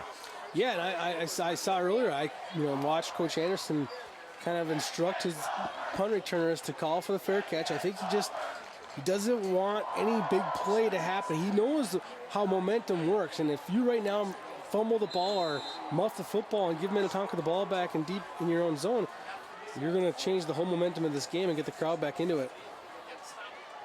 Squirrel's back in at quarterback for this series, and he'll throw on first down, pass a little bit low and incomplete out at the 40-yard line. Intended receiver was Grant Slavic. It'll be second down and 10. Squirrel just his second pass attempt tonight. And one thing Brad told us about his backup quarterback is you can notice the liveliness of his arm. You saw it right there. That ball kind of shoots out of his hand a little bit. He's got some heat on that football. And the receivers have to adjust to two different balls being thrown, not only left-handed and right-handed, but different velocity. Squirrel will throw again well behind his intended receiver, Jensen.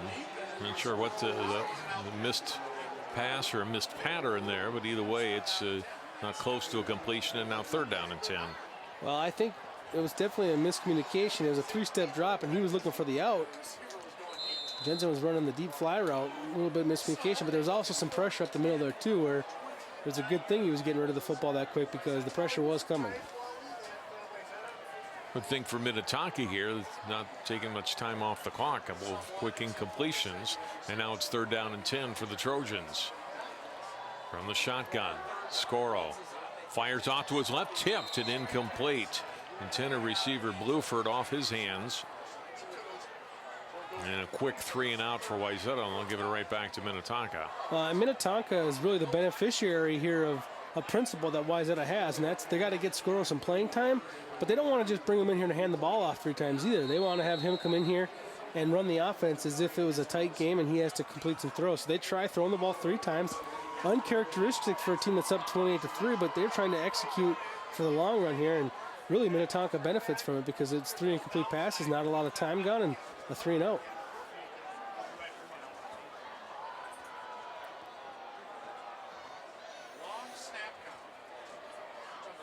Sean Miller back to punt for Wayzata, and it looks like we'll probably have a delay of game here for Wayzata. It took a long time trying to draw Minnetonka offside, and we'll get backed up 5 yards back to the 24. Excuse me, Scoro back to punt. That was bizarre because it was almost like Wayzata was trying to eat clock. Well, the clock was stopped because of the incomplete pass.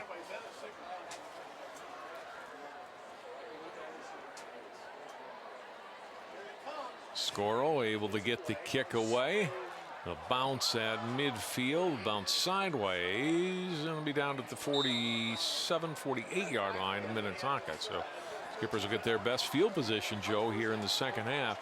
But they trail by a lot, 28-3, with 5:28 to play in the third quarter. And if you're Minnetonka, you have to take the same approach that we heard from Coach Anderson, and that's play by play. So take each play, one play at a time, try to build on something here. It's important for them to get into the end zone and get a touchdown in this football game. They've played 2 tough games this year. You know, I'm talking top 10 team tough, and they lost. They're shut out by Prior Lake, and you wouldn't want to be. Now you got 3 points on the board here tonight, but you don't want to be shut out from getting into the end zone against Wayzata as well. Olsen keeping, and a nice run, and he'll pick up 10 yards, much as he did on the first play of the last drive. Garrett Olsen with a good fake and keeps it himself and picks up maybe not quite 10. They're going to mark him just shy of the first down. 9+ yards for Garrett Olsen on that one. Hand off. No, he'll keep it again this time. The first down run gets down to the 39-yard line, and a gain of 3 for Olsen. Yeah, really bad news for the Skippers. One of their top players is down injured right now. That's Aaron Moore. We've seen make some big plays on defense. He's a starting offensive guard and defensive tackle. 6'2", 292-pounder. You can make an argument he's the best football player on their team. And he's down with a knee injury.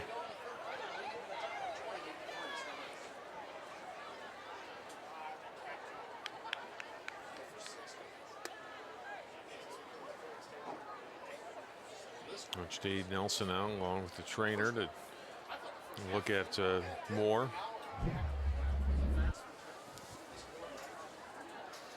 There's Moore, the middle of your screen. Yeah, he got rolled up on. Someone comes up from behind him there and rolls up on his right knee. Well, the good thing about when you get rolled up on is sometimes it feels worse initially than it actually ends up being. It's one of those, it looks bad, feels kind of bad at first, but ends up not being too bad. There's really torn ACLs and torn MCLs and all that kind of stuff happens a lot of times. Fluke, and kind of out in the open field. I don't know.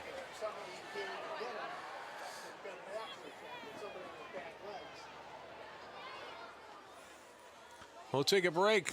Our score on the field is Wayzata 28, Minnetonka 3. We're back with more from Minnetonka High School after this. You watch Channel 12 at home. Why not on the go? Channel 12 is online at 12.tv. Watch on your phone, on your tablet. Channel 12 is your local source wherever you go. Just log on to 12.tv. Check out our videos, subscribe to our YouTube channel, follow us on Twitter, like us on Facebook, and even watch live events via live stream. So don't wait. Stay up to date with Channel 12 and 12.tv, your local source. Joe is a former lineman. You can identify with this here, and Moore being helped off, and boy, we're not putting any pressure at all on that right foot, right leg. Yeah, I think the thing is, not so much even as a former lineman, is you're just so ticked off when you get hurt in a sport that you love, you think might be over for the year. I mean, that's kind of the thing. The thoughts that go through your head are just like all the curse words you can imagine, and just hoping that your season hasn't come to an end because you don't want to let your teammates down and you just enjoy playing so much in such a short season. We'll hope for the best for that young man, but he is out, and most certainly for the rest of tonight. Here's a throw that's behind Miller. Made a nice job of making the grab down the left sideline and gets all the way down. He's going to be knocked back or marked out back at the 26-yard line. He fell forward to the 18, but he stepped out at the 26. But a good run on that play after catch. Yeah, nice block downfield too from out here on the outside. You see it just going to work. It was Brady Hellmeyer blocking on the outside, making way for his fellow receiver. 1st and 10. Tonka at the 26 of Wayzata. Olsen, quick throw right side through the hands of Miller, picks it up. And his knee went down back at the 32, tried to get back up again. But once your knee goes down in high school football or college football, you are down for the count. And it's a catch, but a loss on the play of close to 6 yards. I'm surprised that was a backward lateral pass. I know it was a little bit of a bubble screen, but I think he made the right play by sticking with that football. But I was surprised that it actually went to be a fumble. When you see Minnetonka, they're comfortable throwing the ball sideline to sideline. I'd like to see them get vertical a little bit with it once in a while. 2nd down and 16 after the loss. This is Olsen, big hole up the middle, and he gets down to the 22-yard line. Tackled by Luke Tranny on the play. It'll be 3rd down with a nice run. Picking up a dozen yards was Olsen. We haven't seen Olsen in the open field that much. He's quick, let me tell you. He was pretty fast right there, and he almost a little bit too quick there at the end of that run. He could have slowed down, tried to see where that block was established. But a good pickup, nice energy, and a big hole by that offensive line. Goes as a gain of 10. Now 3rd down and 5. He'll fake and keep it again. Olsen, right side's got a 1st down. The inside of the Wayzata 10-yard line. It'll be a 1st down and goal for the Skippers from just inside the 10. Well, Olsen's being that spark plug again, once again for the Skipper offense. His passing game slowed down a little bit, but he's getting some work done with his legs right now. And for the first time, we're seeing this Wayzata defense get pushed around a little bit since that opening possession that the Skippers had. Now the Skippers want to try to finish this one off, and I think the Trojans wisely use a timeout here. 3 minutes and 40 seconds to play here in the 3rd quarter. It'll be a 1st down and goal for Minnetonka from just inside the 10-yard line of the Trojans. That's why Wayzata defense, though, Joe's really picked up this year. And like we talked about in our pregame, more reminiscent of some of the defenses we saw in years past. Attacking the football, creating turnovers, getting the ball back for their offense, or getting points for their offense. Yeah, the good Wayzata teams, I mean, they've had great offensive players and good offensive lines and that have come through the program, no doubt about it. But when you think about the really good Wayzata teams, it's always these defensive playmakers that stick out. A lot of times from, linebacker positions where they can make a lot of plays, maybe a real solid defensive end. The safety always seems to come into play, but with the good Wayzata teams, always have 3 or 4 guys that kind of burn around and just make big plays at big times. And this defense right now, 3.5 games into the season, a little bit reminiscent of some of those old teams.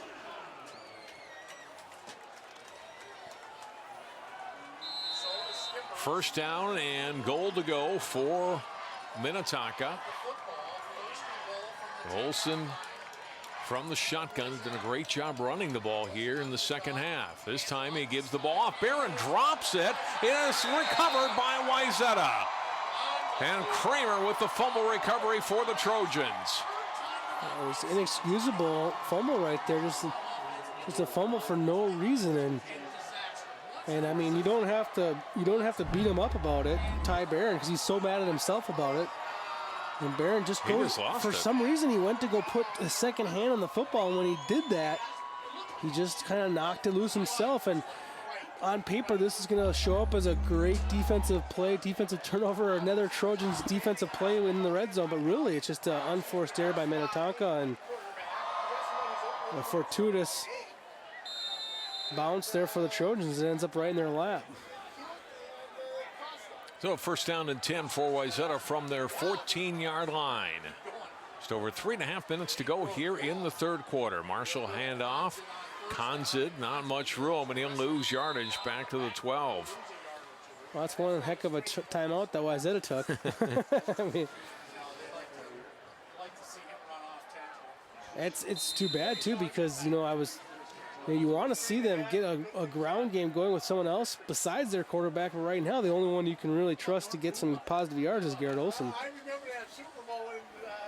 Second down for Wayzata here, but the important thing here, Joe, the last possession had the 3 incompletions. They're running clock here. Obviously want to get some first downs out of this. And the second down run will gain just a couple of yards. Konzid out past the 15 to the 17. It'll bring up third down and 7. Well, like a championship team, we've mentioned many times now that the defensive turnover battle is what Wayzata does when they have good championship teams. Well, the other part of that is when you have the lead, you have the ability to run the football, grind it out, and keep the chains moving to secure leads and get victories. And that's what Wayzata's faced with here in this possession. On third down, Marsh wants to throw under some pressure, able to air the ball, gets a completion out near midfield. Harrison Muller has it at the 50, a gain of 34. That's a perfect throw right into the hands of Muller. Marsh hangs in there. Now, a lot of quarterbacks in this situation are going to feel that pressure and maybe get out of the pressure with their feet and run downfield and see if they can't pick up the first down. He gets out of the pressure, but still keeps his eyes downfield. I mean, that's big-time play right there. I mean, a lot of times, the high school level especially, quarterbacks are not going to keep looking downfield when they feel that kind of pressure. A terrific throw. First down and 10. Marshall handoff at a gain to the 45-yard line and a pickup of 5. So they get out of the shadow of their own goal line, Joe, with a huge third down pass that keeps the drive going. And now they're in Minnetonka territory. Moen with a gain of 5 there. And kind of a risky play, too, because it's third down deep in their own territory. A lot of times you're just going to hand the ball off, and, hey, if we get it, we'll, obviously we'll keep trucking. If we're not, we'll just punt the football away. But a lot of confidence in this passing game right now for the Trojans. 45-yard line of Minnetonka is the line of scrimmage for Wayzata. Second down. Inside of a minute and a half. Play action. Marsh with time. He's going deep for Bluford and a little bit high and incomplete. Well covered downfield by Stevenson, and it's incomplete. excuse me, make it 95, not 85. Max Collier on the coverage. And it'll be 3rd down and 5. And a little bit overthrown over Bluford's head, but well covered downfield. Collier's not your conventional cornerback number 95, but he's been pretty good out there in coverage. 3rd down from the 45 now. Clock stopped with 59 seconds to go in the 3rd quarter. Laku breaking a tackle, reaching the football out at the 40-yard line. They're going to mark his knee down back at the 41. So he'll be short of the 1st down, but a good effort by Keyshawn and Lichuk on this play to pick up 4. Almost had the 1st down. When the skipper coaching staff watches this game film tonight or tomorrow morning, that's what's going to drive them crazy, is the missed tackles. I mean, they just have not tackled very well tonight. They've had a number of times to make big plays and big stops. On 4th down, Marshall handoff. Konza breaking a tackle in the backfield, but it's going to be dropped by Collier, and Minnetonka will hold. Nice job by Max Collier to come up from the secondary and drop Konza for a loss. And Minnetonka will get the football back. Collier makes some big plays on this possession. Couple missed tackles, and then Collier comes in and cleans it up. He's earned himself a cornerback number. It's time to get that guy a defensive back number. That's a big play right there. Minnetonka 1st down and 10, just shy of their 42-yard line. Late here in the 3rd quarter. All 14 points here in the quarter scored by Wayzata coming early on. Nelson is going to keep it himself. And Olsen with a good run inside of Wayzata territory, and he'll pick up a 1st down. You talked about it, Joe, at the end of that last drive. Garrett Olsen about the only guy they can count on offensively now. And this guy's making the plays. Even Wayzata knows he's probably going to keep it, and they're getting enough good blocking, and Olsen elusive enough to get great runs. Well, Miller got a great block on the outside, and then Olsen was smart enough not to shoot up the seam. He stayed outside, waited for that block to really set itself. His last 3 runs, 10, 13, and 14 yards. This time he hands off to Miller, and Miller's going to lose yardage. This is not a bad play call. It's set up perfectly, but they need Ladowski to get in there and make his block. He comes out. There's a player waiting for him. He's got to make his block. Miller has to help him set up the block a little bit. But that play was there. The one guy that disrupted that play out there on the exterior should have been blocked. That'll be the end of the 3rd quarter. Our score, Wayzata 28, Minnetonka 3. We're back with the 4th quarter from Einar Anderson Field after this timeout. Pretty much a good day for me would be people leaving their hands off of me. I'm always called names. Everywhere that I go, there's always someone calling me names, calling me gay. I've been choked, thrown up against the wall, punched. Nobody's ever tried to help me.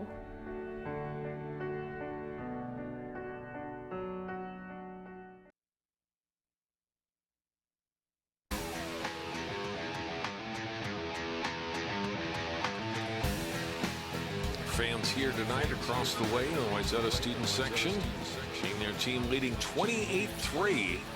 We head to the 4th quarter. A couple of other score updates for you. Eden Prairie leading Maple Grove 28-17 in the 4th quarter. Osseo's come back with a touchdown to pull within 21-14 of Tugino Grace, also in the 4th quarter. Here we're ready to start the 4th quarter. It'll be a 2nd down and 13 for Minnetonka from the 47 of Wayzata. Garrett Olsen taking the snap, wanting to throw. A little bit of a rush, and that ball knocked down and almost intercepted. Good play by Justin Wolk, the linebacker, getting a hand on it. Let's go back down to the field. Allie Arlt. Guys, missing from this Minnetonka offensive series is number 78 left guard Mitchell Berry. We saw him get helped off the field from their last possession. He is on the bench with ice wrapped around his right ankle. He was brought to tears on that bench, and it's not because of the pain. It's because he won't be returning for the rest of this game.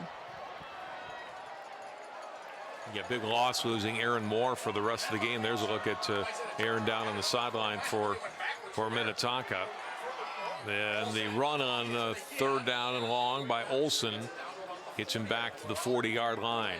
You know, Joe, you called it going back a moment to that injury to Aaron Moore in the last quarter, and you can see that was serious when he came off.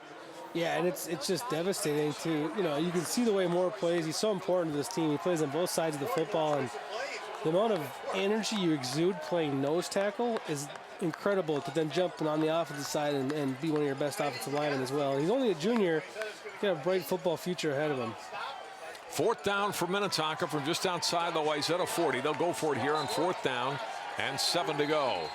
And a timeout taken by Minnetonka. So look at the play that they want here. Garrett Olson, he's faced some adversity offensively tonight, but I think he's come back here nicely in the second half. Joe, after they fell behind early in this quarter by 28-3, made some plays with more with his feet, I guess, than with his arms, certainly, with some good runs. Yeah, I think the defense has him on the run a little bit when he's passing, so he's gonna get used to that a little bit. But you know what he's facing here tonight is one of the best defenses probably in the whole area.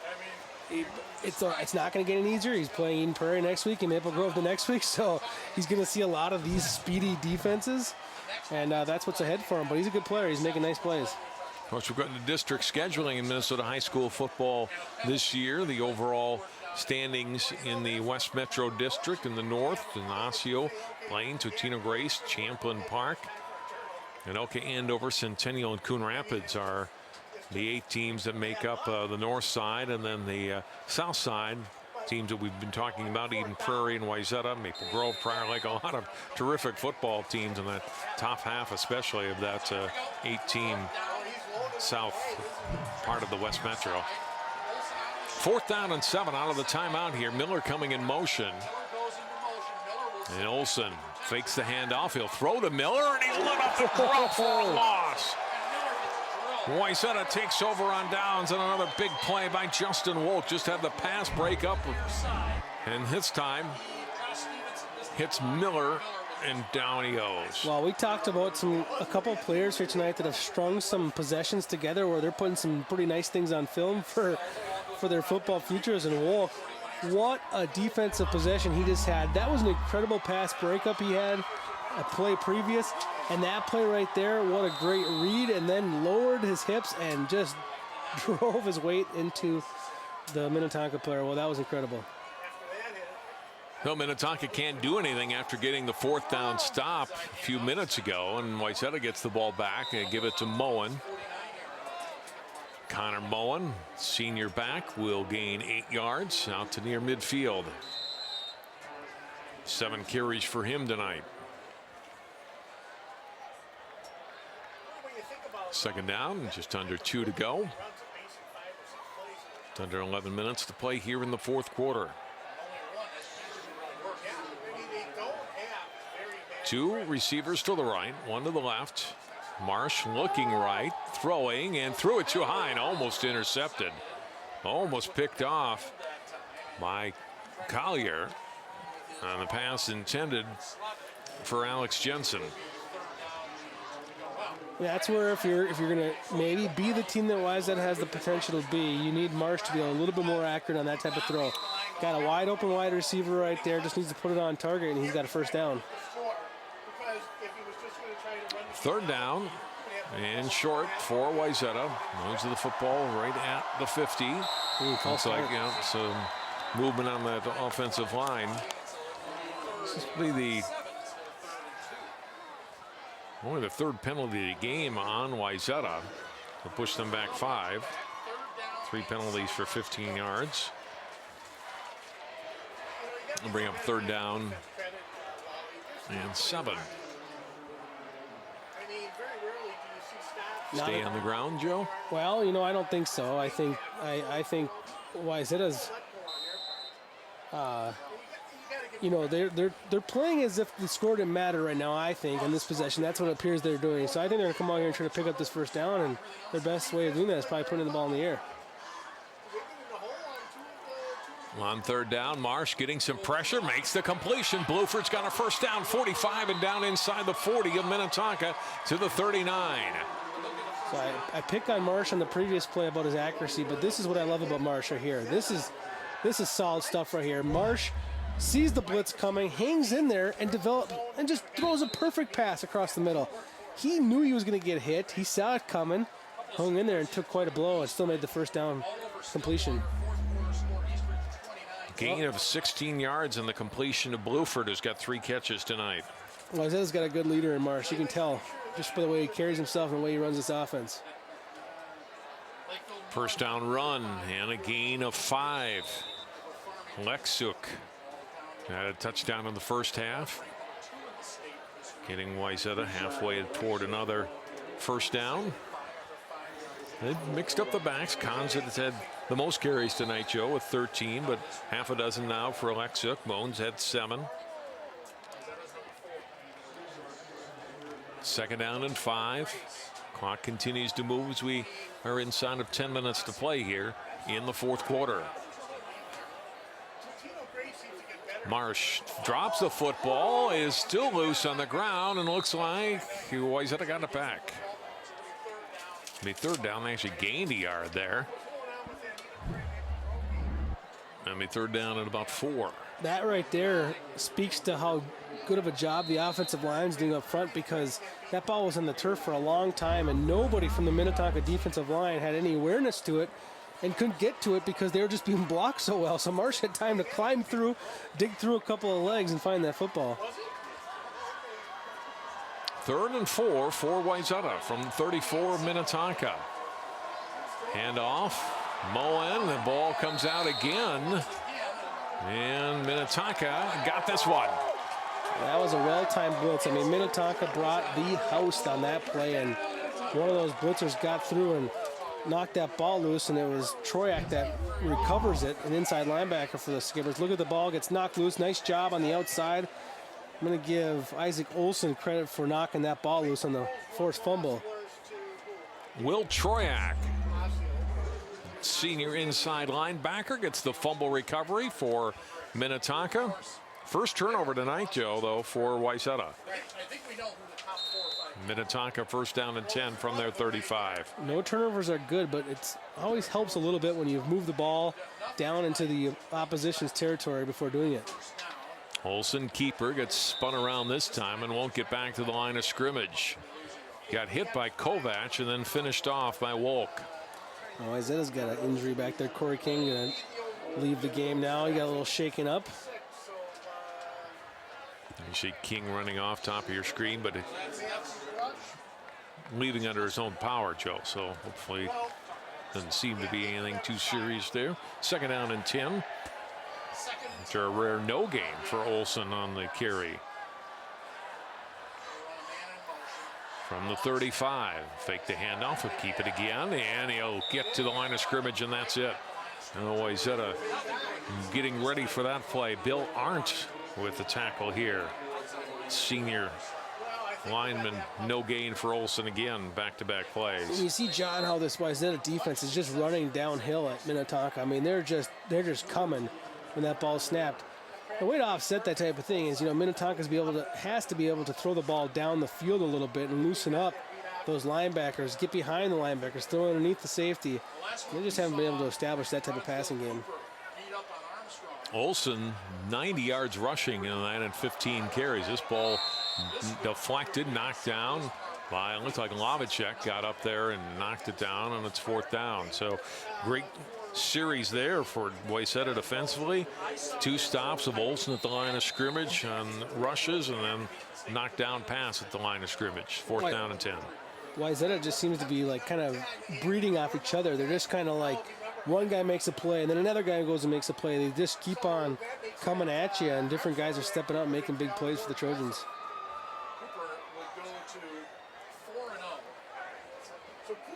Bowerly will kick it away here, and it'll be fair caught back at the 35-yard line. Doherty on the fair catch again, and we're going to go back to the sideline and Allie Arlt. Guys, Guys, when one community hurts, another one tries to help heal. Before the game, Wayzata took the field behind a banner, a giant one that said #TonkaStrong. On that banner were signatures of many of the students from the fan section from Wayzata. They had that posted on their fence in front of their student section for the first half of the game. At halftime, they walked that banner over to the Minnetonka side and presented it to their fans, which is now hanging up in front of their fans. Minnetonka side was so grateful and so thankful that the other team was there to help support them.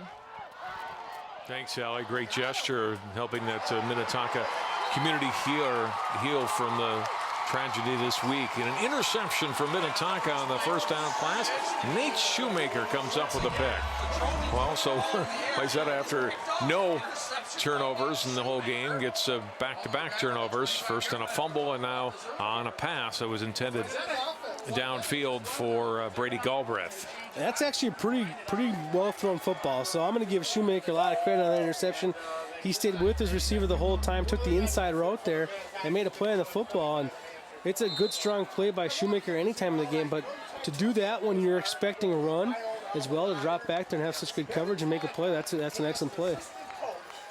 First down and 10 from the 25. Olsen firing out to his left and incomplete. See, that's where you can see everything's a three-step drop right now, and Wayzata's really picking up on that. Everything's quick, and the Trojans are reacting even quicker. So Minnetonka, I would like to see them get the kind of pass protection and maybe a little pump fake there, pump and go or something, where they get Wayzata back on their heels a little bit more. Stevenson, the intended receiver, couldn't hang on. Second down and 10 from the 25 for Minnetonka. Garrett Olson faking the handoff. No, he did give the handoff this time, and a good run and a first down of 15 yards, 16 yards for Gladowski. He's faked so much, I expected him to hold it again, but this time Garrett Olson did give it off, and Marshall Gladowski has his best rush, 16 yards. And that's got to feel good for Gladowski. He's asked to block a lot, and then in this scheme that they have here, a lot of times these running backs are getting tackled when they don't even have the football because they're carrying out the fake. So it's nice to actually get the ball for once and get a first down. Line of scrimmage, the 41. This time it's back to Olson running the football, and he'll gain just one out to the 47-yard line. And another tackle by Justin Wolk, who's had a lot of big plays here in the second half, Joe. Gain of 2 for Olson. Second down and 8.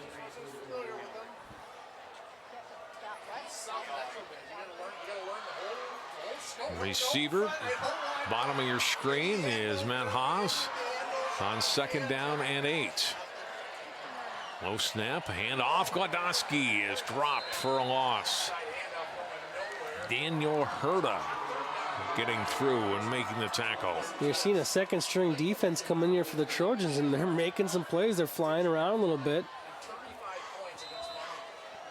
That was a nice defensive play, Joe. Nice tackle. Absolutely. Got off his block, made the tackle, and secured the tackle behind the line of scrimmage. Nice play. Back to third down and 10 for Minnetonka. 5 minutes and 45 seconds to play here in the fourth quarter. From the shotgun, Miller coming in motion. Olsen throw complete to Miller, trying to break tackle, and broke one ankle tackle and got a couple of yards, but that was it. Jared Bennett getting the final tackle for Wayzata. Slowed down initially as Dylan Welch came up and then finished off there. So it'll be fourth down, a gain of a couple, and Miller's 8th reception tonight. It's still a long ways to go for the Skippers, and they're going to punt it away. Wolk got over there too, 56 for the Trojans. I mean, he's really had a nice second half here and put some good things on film, and he's going to give the coaches a lot of reason to give him more playing time as the season goes on. Fourth down and 8 for Minnetonka. Bowerly getting a pretty good workout here tonight, kicking the football, and then boot another one away. Another fair catch by Doherty, who's getting plenty of practice catching the punts. Yeah, he's making a sore arm from waving it in the air. Wayzata will have it at the 28. So look just to run down the clock here and go to 4-0, Joe. You mentioned the second half of their schedule and who they've got coming up. Yeah, well, the big game is next week with Maple Grove, right? That's always a fun one. The Wayzata Maple Grove matchup for people who know, it's always the obvious reasons. You got the Coach Lombardi who left the Wayzata program and now runs Maple Grove. And it's also fun because they're just good, solid football teams and some of the best in the state this year. So that'll make it a good game as well. So a change in personnel now and then we get another fumble. The ball is down. Change in some personnel. Moen is the quarterback. And loss of a couple of yards on the play. Second down and 12.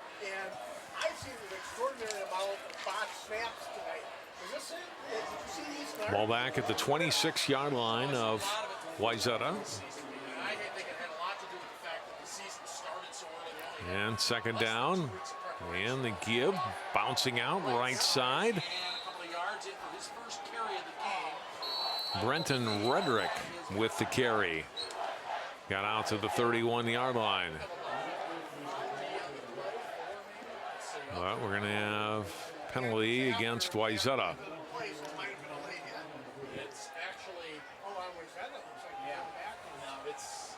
I don't know if that came after the play, Joe. Looks like they're going to mark it from where the yardage that was gained by Redrick and then push it back to the 21. Personal foul. Personal foul, Yeah. okay. Yeah, we'll do 5 more yards. Right. Well, when you have a second stringer in there and they get a personal foul, that's not usually something a coach wants to see as well. So Eden Prairie goes to 4-0, Joe. They beat Maple Grove tonight, 28-20. Ooh, got close there, though. A second down and long, and not much room at all that time for Redrick, and he's dropped for a loss. Tackled by Alex Hine. Well, Redrick kind of pitched deep in the backfield there, and Minnetonka kind of had a free run at him. Almost like, here you go, good luck. They got 30 yards to go, Joe. Yeah, this is on the very back page of the playbook. How to get out of this jam. 3rd and 30 from your own 8. Moen under center on 3rd down and long, and I'm sure they'll just keep it on the ground here. Now to the 13-yard line, gain of 5 or so. Alexuk getting the carry, and it'll be 4th down. Now another punt for Wayzata. Inside of 3 minutes to go. Al Yarlt will be on the sideline after the game to talk to a couple of the winning Trojans players.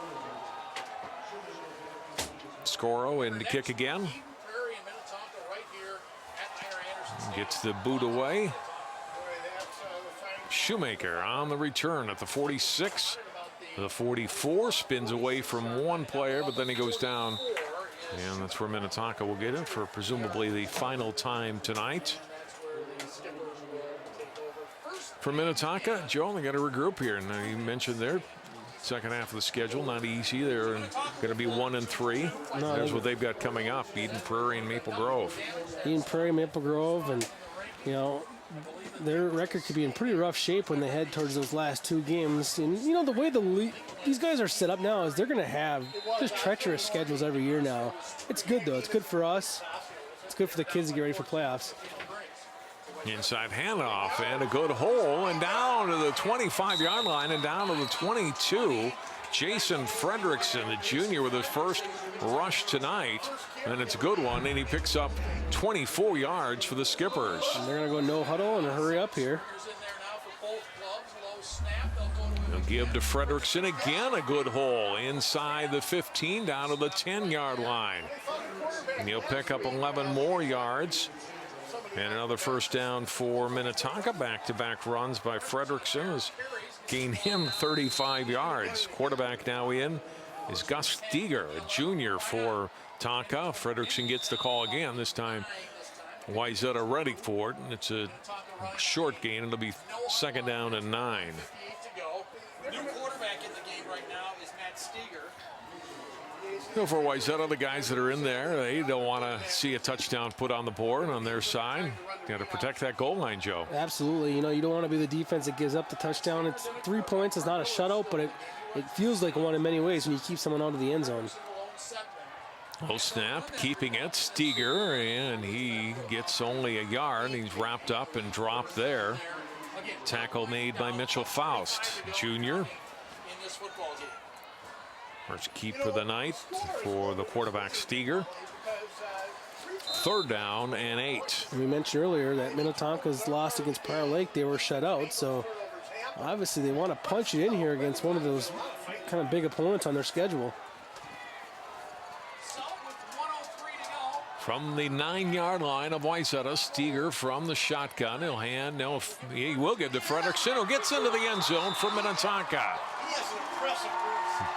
9 yards and a score. Minnetonka has its first TD of the night.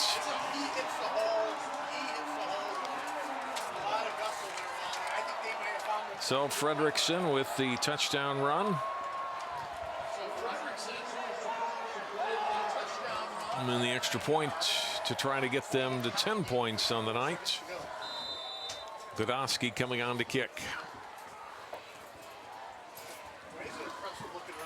Well, the second unit for the offensive line for Tonka came out here and started pushing around that second unit for Wayzata's defense. Nice little possession, and of course finishing off with a nice big touchdown run like that's got to feel good. Extra point is good, and it's 28-10 with 54 seconds to play. Look at the touchdown run again for Jason Fredrickson. Nice little pull block up through the hole, and he just got a big push up the middle there. Pulling through was Val Orgler, the guard for the Minnetonka, and nice little job by the interior offensive line for the Skippers. Fredrickson, who came in to the game with 12 yards rushing. Joe picks up 45 on that drive and a touchdown. Well, it'll look good in the history books and on paper, and you know, the storied rivalry. 2 teams saw each other twice last year. You never know when they're going to see each other again this year. The way the playoffs are set up, they could be facing each other week 1. High kick. It'll be fielded by Slavik. He's got a big hole up the middle and gets out past the 30 to the 35-yard line. Wayzata will presumably kneel down once or twice and end this. Slavik's the player that I think, John, too, in a big game, you could call his number a few more times and he could do good things for you. They spread the ball a lot here tonight, and how many different receivers and running backs did they have? A lot of people touched the football for the Trojans tonight, but Slavik's someone that I think could, you know, be a guy who could catch the ball 5-6 times a game, make it big plays for you.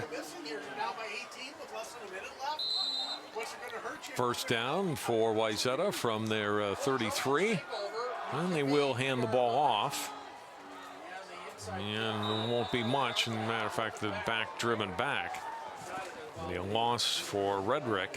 Well, while we're still on the gear, Joe, I want to mention A.J. Tarpley. Remember what a terrific high school football player he was for Wayzata a few years ago. A great college All-state player and a great college career at Stanford. Undrafted free agent by the Buffalo Bills. Made their 53-man roster last week. That's awesome. So he'll be in the game, presumably, as the Bills under new coach Rex Ryan start the season on Sunday. Well, and that's quite a defense, too. I mean, to make that roster is pretty good because that defense is going to be one of the best in the NFL this year. I remember what a terrific player Tarpley was. So you got 2 Wayzata guys in the league right now at one time, huh? Still got Laurinaitis, right? Laurinaitis, I mean, still a veteran for the St. Louis Rams. That last run by Kyle Demo, the senior, getting a carry to end the game for Wayzata, and the Trojans with a nice win here on the road, Joe. 28-10, in control at halftime, 14-3, but they salted the game away very early in that third quarter. You know, I think it's one of those games too where obviously Wayzata could have put up a big number if that was the point. I think the point was to keep on playing as if the score didn't matter. So they took some chances. They threw an interception down there. They made some little mistakes. I think for Coach Anderson, what is almost a good thing in this kind of matchup was you played good enough to win, you played good enough to feel good about yourselves, but you did some things wrong still. So you still have things that you can get their kids' attention on Saturday morning and at Monday practice. You can say, hey guys, there's still some things we need to work on here. And of course it helps having some of the big games looming on the schedule as well. So the 4th win of the season for Wayzata. We're going to take a quick break and we'll come back with our post game. Wayzata wins it 28-10. Trojans the final. We're back and wrap things up at Minnetonka after this timeout. 30 million Americans will suffer from an eating disorder at some point in their lives. The National Eating Disorders Association has the information and resources to steer people and their families toward the road to recovery. Hi, I work at the NEDA helpline. We have something called Click to Chat, which is a live chat with someone on the helpline, and they're really able to get support. Call or visit the NEDA website today for help and hope. Can you help me with this?